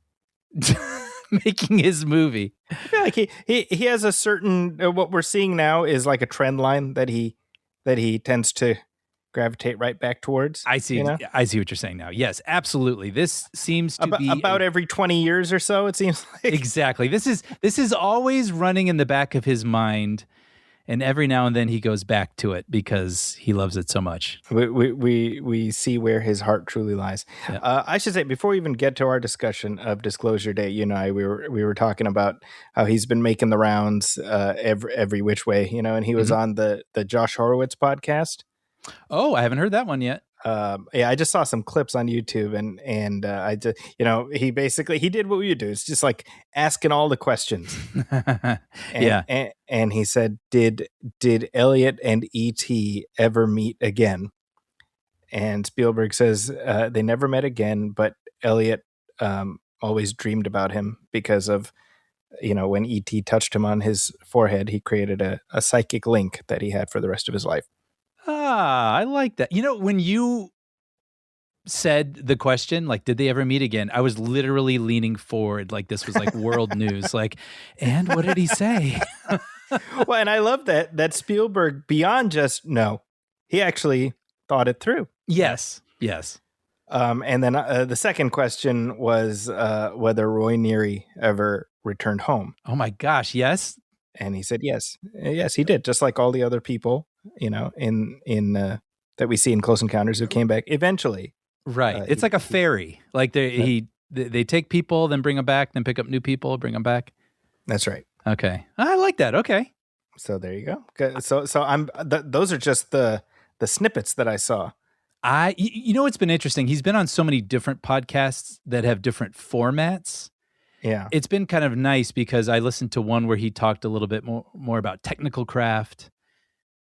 Now this person is asking the questions that I would be asking, and I'm really excited to hear that. And then, of course, the 2001 one was amazing because you get to hear him geek out about a movie that he loves. That's right. So this is what a time. I know. Well, speaking of time, it has been about 12 hours since you and I watched Disclosure Day. Yes. I will say I went to a 7:00 screening last night, and that joint was packed. Really? And that made me happy. Yeah, I want to say the Thursday night box office was around 12 million I saw, which is really good. Yeah, that is good. Yeah. Okay. Yeah. Well, do you want to get the ball rolling? Oh man. Yes. Okay. So I am thankful we had a lot of time to process. Yeah. Because much like when your favorite band comes out with a new album, all their previous albums, they touch your soul in a way. They remind you of moments of your life. You have deep connections with them. So when this isn't just like a summer movie coming out, this is one of my favorite artists in my lifetime presenting something new. And just like that happens with a new album and you're like, okay, great. I heard it. I might need a couple listens to really understand how this fits with me or how I connect with this. I do feel that experience a little bit with this. So these are first impressions. And I would say I was a little surprised how much I had to process afterwards. This wasn't an immediate thing where I had, these are my feelings about this movie. I would say, I enjoyed my time with it a lot, but I can't say I ever felt fully all in. Dude. Yes? I'm just like, people sometimes are like, do you guys always agree? And I'm like, I promise. I'm like, I promise we don't talk about it beforehand. But I'm just like, yeah. Wow. Okay. I have been counting the minutes to this discussion. So literally, as I was walking out of the theater, my second Mikhail goes, what did you think? And I said, I liked it. And then I paused. I was like, I liked the swing.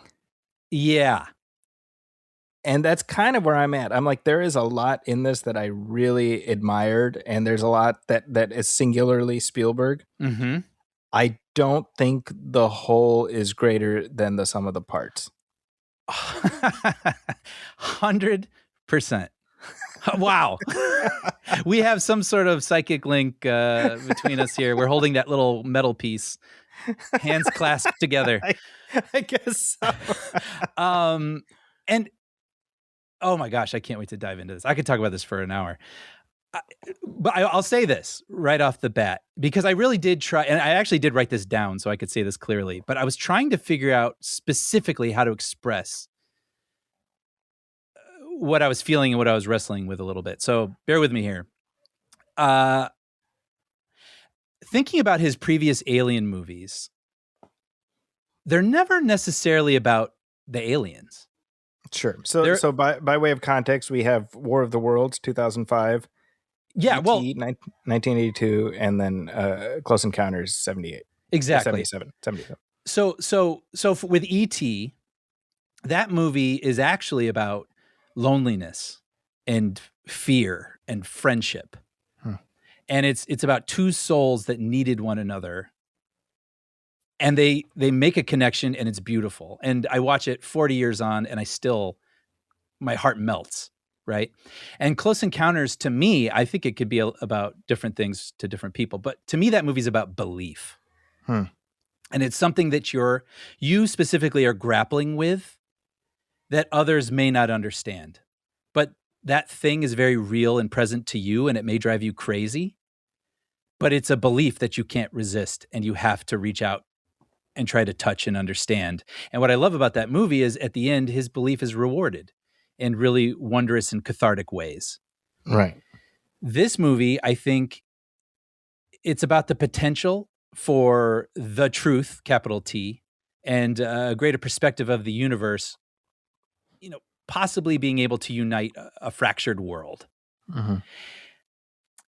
And I like that theme, but I don't know that the execution of that theme resonated with me as strongly as the themes in those other movies I mentioned. Yeah. And I don't know if it's because I didn't quite connect with the characters. I don't know if I didn't quite connect with the world the way it was depicted. I'm with Roy Neary in his mania. I'm with Elliot in his loneliness and the kinship and everything. And I never quite was able to resonate with what this movie was presenting to me to get me completely on board with the theme. So we'll talk about in spoilers. I thought the ending was very cool, but it didn't land as powerfully for me as I'm seeing some other people say. Oh, interesting. Okay. And it's still a rip-roaring yarn, but I think for me, this one might be more in line with something like War of the Worlds. Yeah, I would put it in the same category as that. Yeah. Yeah, less than his more emotionally impactful films. Yeah, and if I can draw a comparison to one of his recent films, which was positioned as kind of a throwback to his popcorn Spielberg era, Ready Player One is a movie that as soon as it ended, I was like, I did not like that at all. I did not like it on a bench. I did not like it on a beach. Just not at all, Right. It just did not work for me. And that's fine. And I know people listening who liked it, and that's great. It's just for me personally, and it felt like he wasn't into it. That was I felt his disinterest in the material. You know what that almost feels like? Just real fast, I'll say, because I don't want to hijack you, but it feels like what Zemeckis does, where he's almost more interested in the technology, the craft of it, craft than the story. And that's where Zemeckis has gone adrift. And that feels like that was his little dabbling in that. I agree with that. Yeah. And so, anyway, all that is to say, that's not a movie I felt compelled to revisit for just that reason. This one, I never doubted how connected to the material Spielberg was. Yeah. And I appreciated that aspect of it. I could feel his warmth for what was being said. I think the film. Let me start by saying what I did like quite a bit. I think this was a fantastic performance by Emily Blunt. Oh yeah, probably one of her best. And honestly, I think the entire top line cast. I thought Josh O'Connor was great. Coleman Domingo is having quite the moment. He's fantastic in this. Mm-hmm. Like everybody's, Colin Firth, like Eve Hewson, I thought was fantastic. Yep. Right. So I liked all of them. I do feel like this, and this is not a spoiler because it's in all the trailers, right? It's a story about aliens. Literally the last trailer like 2 weeks ago is just Spielberg talking to the camera like, so what if aliens were real? You know, like right. So I don't feel like I'm spoiling anything, but I do feel that to a large extent, the story terrain that this movie exists in no longer feels new, right? Because we're living in a post X-Files and post like all these things world, right? Yeah. So it feels a little familiar. Yeah, not as novel as you would expect from him. Yes. Right. And then related but almost contradictory, I feel like it's assuming a knowledge of the inner workings of this world. Yes. That I feel like was like, bro, I think you got to fill some of this in a little bit. I totally agree, because you get glimpses of what's happening in that world in the movie, but it's, talking heads on the news. And I was like, wait, I didn't catch that. What? Like, yeah. Right. And I got the gist. Right. But yeah, I agree. It's a pretty important component. Yeah. And I think just to pick up on what you were saying, I think that in order for the third act to land more effectively, I think we needed a greater sense of sort of the world, like what was happening in the world. Mm-hmm. And this is me trying very hard to talk around spoilers. Yeah. I feel like let me just say this for anybody listening, and you want to get my non-spoiler thoughts. There it is. There's a lot to admire, and if you like Spielberg, if you have enjoyed his work, then this is not an insubstantial entry in his catalog. But it's not a movie I can wholeheartedly recommend, and I don't know that it's a movie I'm going to end up rewatching a ton in years to come. Yes, I definitely. Well, I know for a fact that you and I are going to be seeing it again. Yes, that's right. But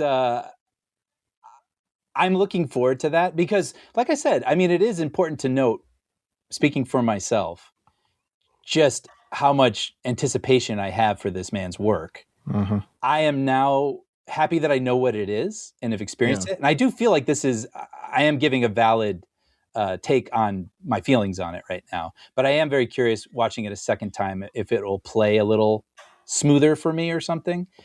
Or possibly the flaws stick out more. That's possible. Yeah. And I guess too, I mean, I'm really looking forward to diving into this because there's a lot that I liked also. But I wanted to at least set the tone for what I walked out with. Yeah, and one thing I'll say is, my man knows how to execute on action sequences. Mm-hmm. Like he's still got it. You know what? There is a scene involving a car and a train, I'll say. Yep. Where I'm just like leaning back, taking it in. Uh-huh. I'm like, my man. I know. Actually, there's two things. We'll get into spoilers about one of them, but there's a set piece in here when I went, there you are. Like, there you are. It is action. It is wondrous. It is something I've never seen before. It's delightful. And I was like, oh, wow. Okay. That was the thing that I felt like I got from him that was new, that I was like, oh, I love it. I love it. Only from you. And the thing that I can say that isn't a spoiler, I mean, this is clear in the trailers that Colin Firth is the antagonist.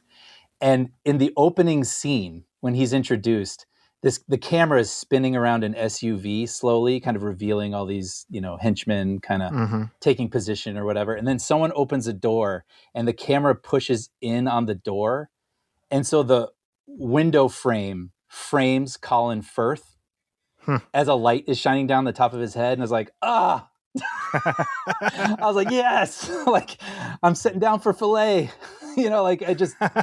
nobody does that stuff. And so the technical stuff is fully here and just so delicious.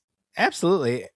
And one other thing I'd like to say is, as the movie ends and the credits come up, and I'm just sort of sitting and just like watching the credits, letting it come in and letting this great score wash over me, and then it says music by John Williams, and there's that part of me where I'm like, is this the last Steven Spielberg film with music by John Williams? You can't help but have that thought.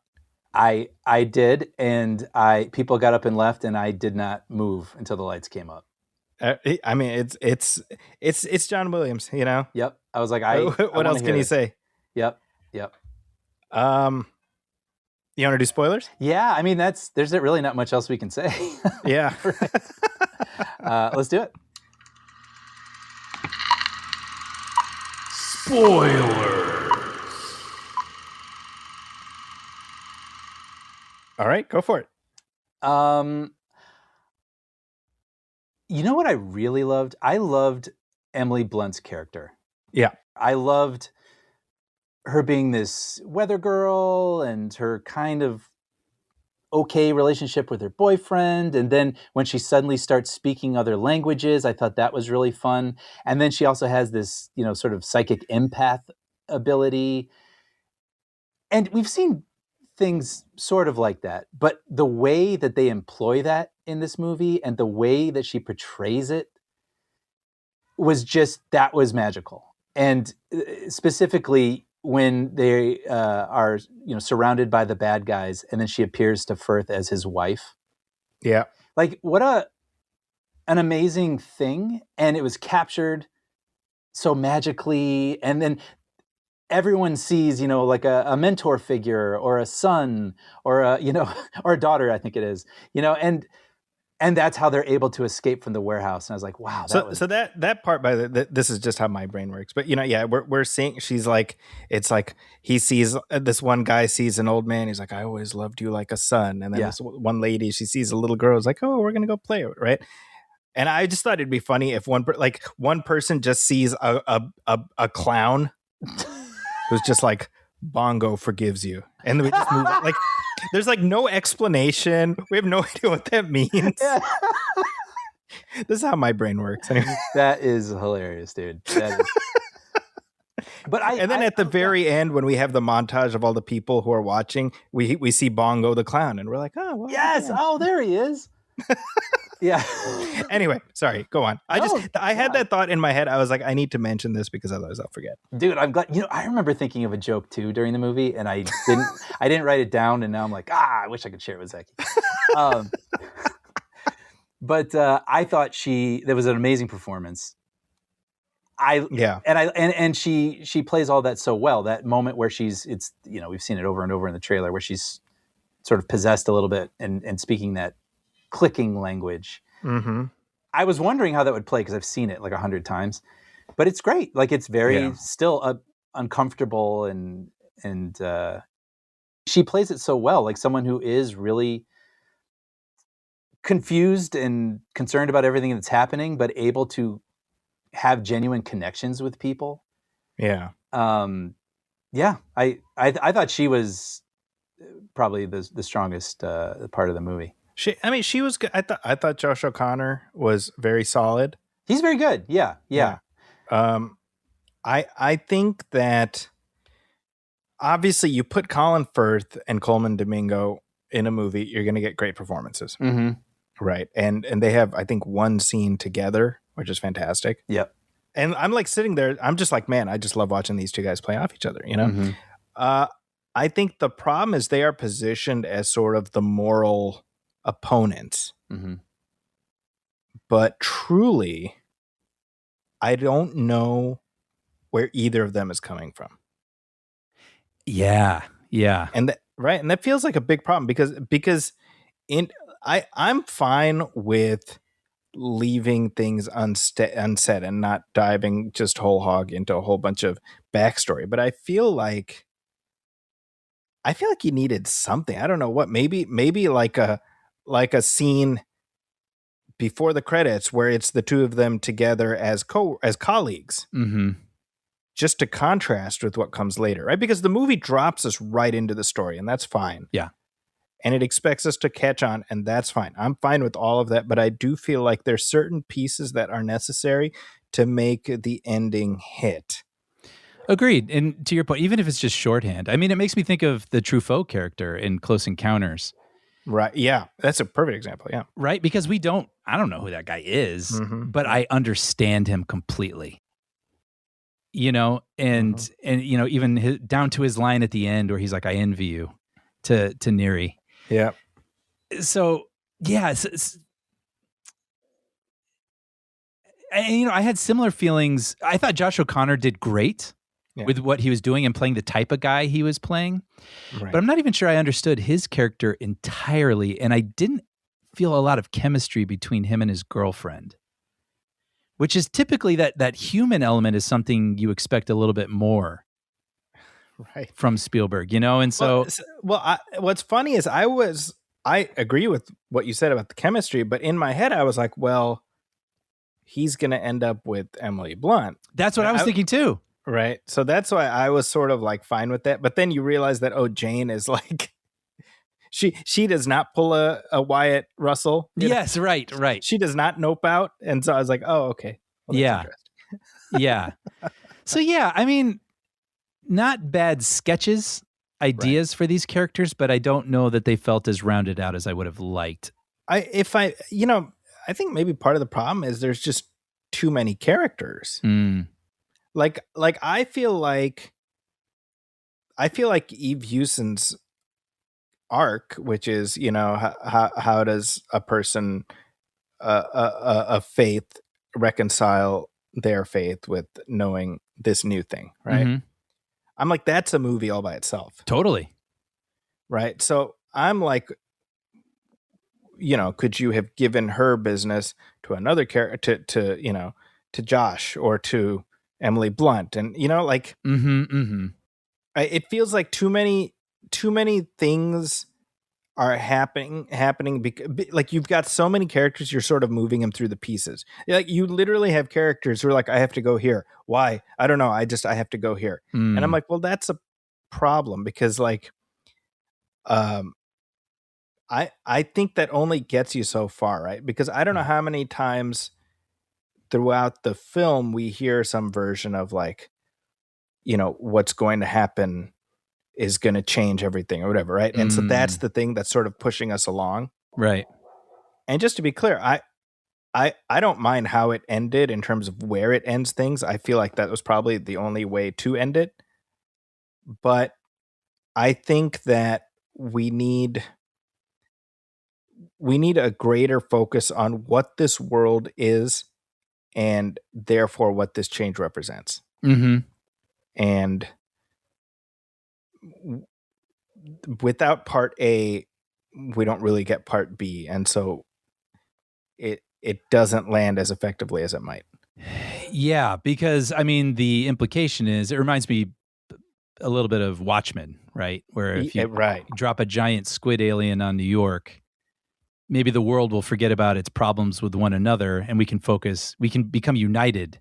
That's right. In something else, discovering something bigger than us. Not killing each other. Yeah. And so it's kind of a similar idea here where I think instead of, us thinking we're meeting an enemy, it's more like, wow, the world is bigger than we understand. Maybe our problems aren't so big, and this greater perspective will help us. Right. So just to contextually, the film is like we're on the verge of World War III. Yeah, the end is nigh, and so that is the ticking clock that the film is operating within. Mm-hmm. But it feels like the disclosures of Disclosure Day are not directly tied to the World War III part. Does that make sense? Yeah. Oh, no, completely. Yeah. Right. And I think that's what would have made it work better for me. It would have added a level of tension above and beyond, our characters are trying to get away from these bad guys. Mm-hmm. And I think for me, that would have allowed me to squint past some of the sort of logic problems I had a little more. Like I think that when you say, this group, I forget what the organization, Hydra, whatever. Yeah, Ward X, I think. Yeah, Colin Firth's group. Yeah. It's like, we're like above presidential level. Right. And I'm like, okay, I get that, and that feels very hand wavy. But just on like a logistical level, make that make sense to me. Sure. Like, where did they get all the resources to do this? Where, Mm-hmm. if you can dispatch a battalion to friggin' Kansas City, Right. like how does that work? Mm-hmm. And so, oh, and this is the other thing. Sorry, I'm jumping around, but this is important. No, that's great. The climax of the movie feels like it was made by somebody who grew up in the 50s and 60s and 70s and still views linear media as like the arbiter of social change. You know what I mean? Yeah. Because to me, I'm like, hey, I'm a fan of the news media. But if we actually, of journalism, I should say, not news media, of journalism. But if we believe that the way this climax is staged could have this kind of social impact, I think that's sort of blissfully naive. Yes, I agree completely, because right. and just every other news affiliate is just like, whoa, we've got to run this. Yeah. And I would be like, what is this? Yeah. Like I would immediately be questioning its authenticity. And also, this is a little different, but it ends as everyone is seeing this for the first time. That's the ending.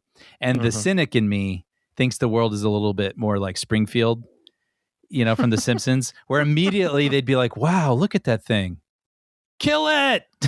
Right. Like that's probably, sadly, or more realistically, nobody would believe what they're seeing. And part of me, this is, again, I hate this, but seeing the footage, which I wish had made the hairs stand on the back of my head. And, I was like, it does look like visual effects from a movie.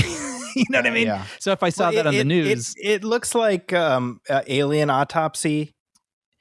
Right. And some of the ships coming out of, storm cloud looking thing, even my eyes weren't buying it in the movie. So like if I saw that on the news, I don't know that I would have bought it. I mean, they literally have characters in the control rooms being like, is this AI? Yeah. Right? And that's sort of like their way of just acknowledging that that's the world we live in. Yeah. Right. And someone runs a check, right? With pixels. Yes, that's right. Yeah. And so I think that climax was clearly meant to hit in a different way. And I just don't think it does because of the world we live in. Mm-hmm. And on one level, that makes me sad. Yeah. Because it's very much Spielberg wearing his heart on his sleeve, and this idea that no, if aliens arrived, everything would change. Mm-hmm. And I'm sure it would. I don't doubt that. And by the way, I want to mention Courtney Grace, the actress who plays the newscaster. Oh, yes. Is watching the footage go out live. This is like a star-making role for her. I was thinking that as it was happening. Like, who is this person? Like, she just got maybe the most crucial part in this movie, and she's nailing it. She was terrific, right? Yes. I think that this notion, though, that, we got to get to the TV station before this goes out. We got to cut the backup generator. I mean, I'm like, this is a great 1997 story. Yeah, that's so true. Yep. That was my thought. I'm like, we don't live in that world anymore. Yeah. And other than alien ships landing on every single front door of every single person, I don't know what people would believe. That's the other. I know. That's what I mean, right? Like I mean, recently in real life history, things have been documents have been opened and video shown, and I've like ignored all of it. Yeah. You know what I mean? Well, just real quick, I wanted to specify when I said that the newscaster had the most important role. It's because she's the person we're watching having the reaction to the footage in real time. In real time. I mean, we can see people watching on their phones on buses and baggage pickups at airports, but like she is reacting in real time, and so we're following her and experiencing all of this through her and believing it through her. And I thought she did a really wonderful job of being confused and then surprised and then emotionally moved and then trying to keep her composure because she realizes she's on camera as a guide. She nailed all of that journey. That all I really liked. This notion that everyone everywhere is staring at their device. People are on the airplanes. I just I I I want to acknowledge Spielberg's spirit of optimism Mm-hmm. and say I love it. Yeah. I love you for feeling that way, Mr. Spielberg, sir. It doesn't register as real for me. Yeah. I mean, I almost wonder if like you do like a and see if you follow me on this, like like a montage of the aftermath, like quick shots of what the aftermath of this looks like, Mm-hmm. without fully revealing the scope of it, and then we come back to Emily Blunt saying, "Listen." Mm-hmm. Just to sort of give us a sense of like, this is what happened next without just fully revealing it. Does that make sense? Yeah. I mean, I can see it both ways. Like there's cutting it off before we can see any of the aftermath, I guess gives us something to chew on. Yeah. Right. But it would be nice. It feels a little not incomplete, but I am eager to see just like a second after, I guess. Yeah, well, it's funny because they wheel out senior citizen ET, as I call him.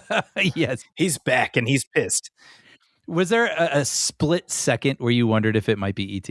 Oh, 100%. Me too. 100%. Yeah. Yeah. Anyway, okay, good. Sorry. Yeah. When you just see the silhouette, right? Yeah.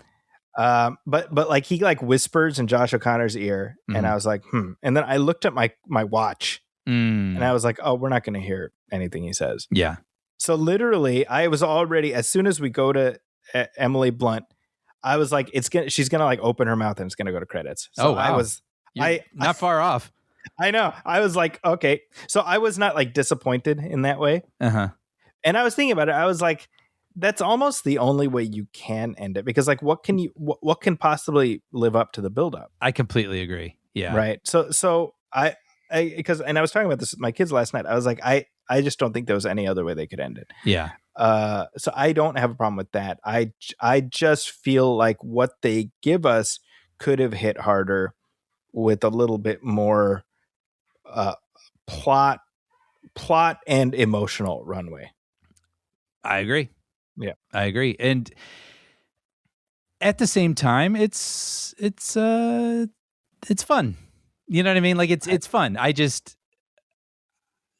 He's taken us on such potent, powerful, resonant, unforgettable journeys before, and seeing him back in his wheelhouse, like you were saying, right? With these alien stories and the things he likes to tell, the things he likes to express or convey through alien stories. I was just a little surprised that when it ended, I was like, oh, like I didn't quite get onto the ride I was hoping to.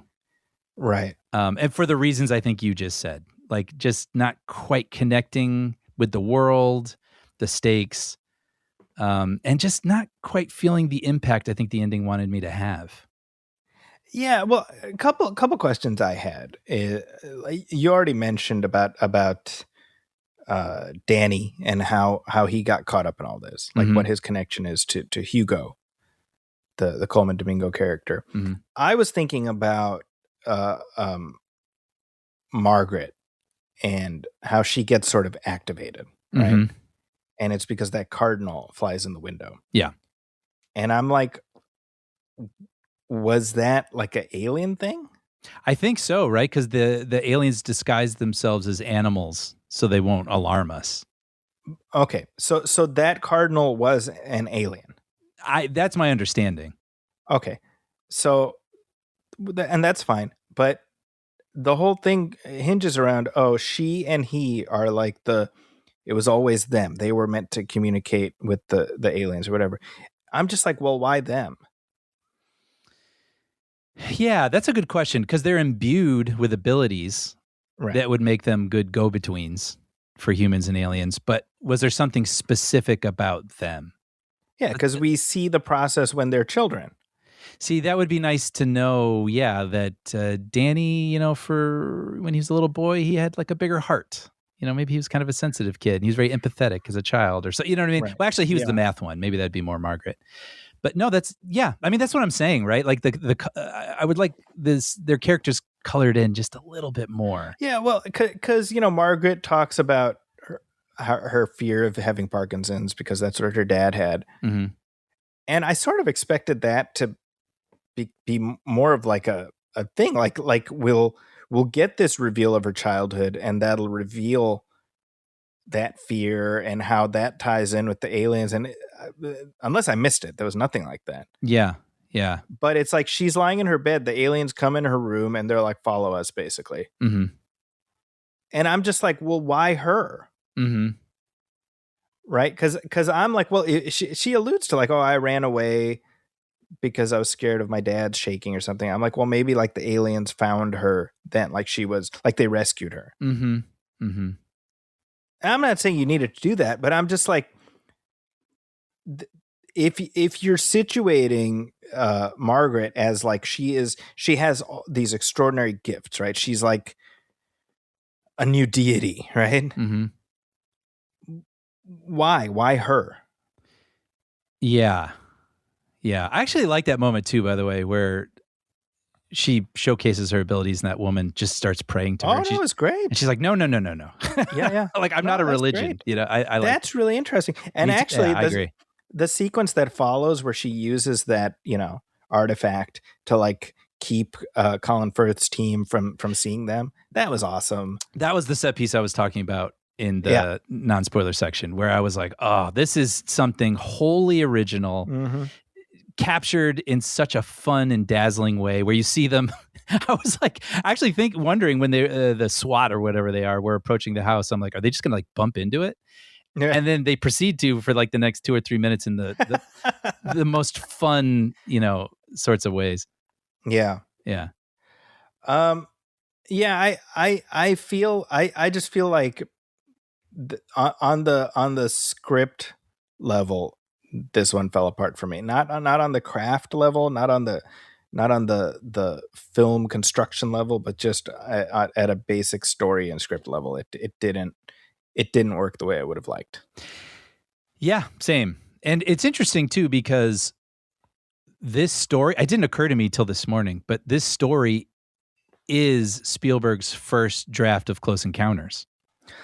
When he, literally, like when he was coming up with the story for Close Encounters, the first story was someone who worked for Project Blue Book, taking the secrets and people pursuing him. That's fascinating. So in a way, he's had this story in his head for 50 years or so. And it kind of makes sense now that he's a little older and he's like, I still just really need to get this out. And maybe he did. Maybe he got all his ideas out. But I'm not so sure that, I don't know, the heart and the soul of it completely rounded out as well as I know he's capable of. That said, I do think as like a 50 years later bookend to Close Encounters, it's worth examination in that sense too. Oh yeah, sure. Right. That's the other thing is like this movie is not going to be viewed wholly on its own. It's going to be viewed as part of the Spielberg catalog. It's going to be viewed in contrast with his other Alien films. And so I think it'll always be worthy of discussion in that way. Mm-hmm. But I think that on its own, it could have held together a little better for me.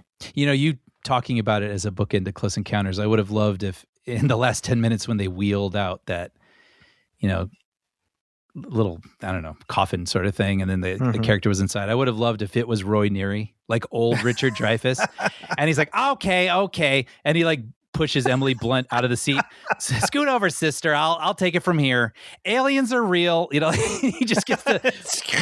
I'm back. Hi, Terry Garr. He says, he's like, listen, and then directed by Steven Spielberg. Yeah, I would have loved that. Yes, yeah.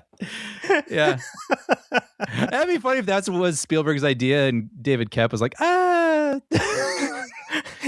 David Kep, it's like the Laser Cats sketches on SNL. Yes. Huh? Get out. Right. Let's workshop this a bit.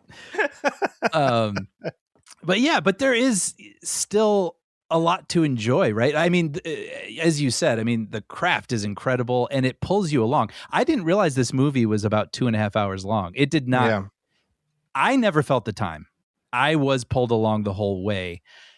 Everything I'm talking about is when I walked out, how did I feel? And I didn't quite feel, as connected as I wish I had to the characters in the material. But I was pulled along, masterfully through it. And so I think that's almost why it makes me a little bit more disappointed that I didn't feel those things on top of it. I agree. There's one scene, this is where we're talking about, like, you start questioning the internal logic of the movie, where we've established that Colin Firth is able to, it's called diving, where he's able to see the world through different characters' eyes. Mm-hmm. And he's done that already with Eve Hewson's character. Yeah. Right. So Josh O'Connor, he knows that that's a possibility. So we see him go through their hotel room and just anything that identifies the where they're at, the hotel, right? And then she's like, I need you to tie me up because I'm a danger. Okay, so she does that. And then in the middle of the night, she wakes up, but it's with Colin Firth's eyes. Yeah. And she glances over at Josh O'Connor, who's sleeping, and he's got his like notes in his hand. Yeah. And then she kind of like nudges his hand, and you see that on top of the notes, it says, Indiana or whatever, like the name of the hotel. Uh-huh. And now they know where they are. And so this is where, as I'm watching the movie, I'm like, come on, bro, really? Right. Like, like you went through the whole room. You're throwing random stuff away. This piece of paper, it doesn't occur to you? Well, and it's the piece of paper he stared at the longest because he wrote on it. Right. And maybe it's a little thing. Yeah. But it feels very, this is like, we got to do this to like to have the plot move, Yeah. Anyway, that's in a nutshell. It's all well executed, but there's these plot construction issues that do niggle a little bit. Yeah, another thing, I almost hesitate to bring this up because this might be too nitpicky, but this is the time, right? This is what we do. Again, as much as I loved the idea of wheeling out this elder alien. And he's in a newsroom. That's so cool. This is peak that thing I love, right? Fantasy in your backyard, like seeing an alien in a Kansas City newsroom or whatever. Yeah. And I don't know if I ever really felt the wonder and awe I was supposed to feel seeing it. And I was trying to figure out why. And I wonder if it's because we already saw a few earlier in the movie, or if I'm so familiar with that design. Or, the what do they call them? The grays, the aliens with the big eyes. Or when I see E.T., he's there. I can touch him. He and Elliot, when they hug, I can, you know what I mean? Like I can feel the embrace. Right. And likewise, even, the aliens in Close Encounters, even though they're like stop motion and whatever sort of janky looking thing they are now, they still look like something I could poke, and like shake its hand and like a tangibility. And I read online that apparently it was a puppet that was enhanced with CGI. Honestly, I would never have believed that. I 100% thought it was CGI. I feel really, really happy hearing you say that because I felt the same thing. And I was like, there's just, even if it's a half a degree of disconnect from feeling that thing is actually in the room with them. And I do feel like that is bringing the experience down for me a little bit. Like if I saw something that was brushing up against things, or even like maybe it was having a hard time walking and it put its hand for support on one of the cameraman's shoulders. And the guy's like, oh my gosh, but seeing like that would have brought me into it even more like, holy crap, there's an alien in a newsroom. And unfortunately, I didn't quite feel the wonder I wanted to with that specific thing. Yeah. I don't know. Maybe it's just me. Yeah. Well, I think I truly feel like it would have meant more separate from the way the creature is depicted. I think if the stakes of what he represented were emphasized more. You're right. What that moment meant, if it had meant like, wow, this is the conclusion we need to this story. That's right. Yeah. One thing I really do want to emphasize that I really admired a lot about this movie is that it's so quintessentially Spielberg in that it's not cynical. Yeah. Right? There is a broadly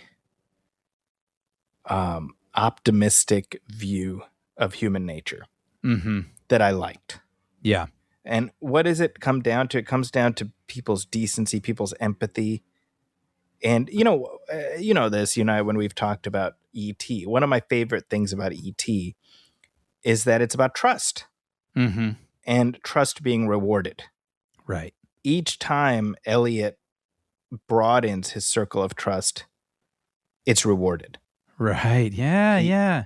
Right. He tells Michael becomes his ally. He tells Mom becomes the ally. Keys is like Elliot grown up. Yeah. Right. I love Keys in that movie, and that to me is something really, people might say naive about Steven Spielberg, but I love that about him. Yeah. Right. I agree. Wonder, and that's something that I like in this movie, this idea that this revelation would be the thing potentially that brings the world together. So I like that conceptually. I love that. Execution wise, I don't feel like we get there. And that's what I find frustrating. Not that I think the notion is unbelievable. Yes. Does that make sense? Like even at the end, when you think about it, like Scanlon, the whole movie, he's set up as the heel. Yeah. And yet at the end of it, he allows it to happen. He doesn't stop it. He just kind of gives up. Yeah. And it'd be interesting to understand why exactly. Yeah. Like, see, I think it's interesting that it's not like we see Emily Blunt become his wife and then he gives up. I don't think that's what happens. Yeah. I think he has this realization of like, no, this is the right thing to do. Right. Which I'm not sure I entirely got. No, I agree with you. Like that's the point, right? I would have loved for the moment when he's like, no, this is the right thing. Like that really needed to mean something.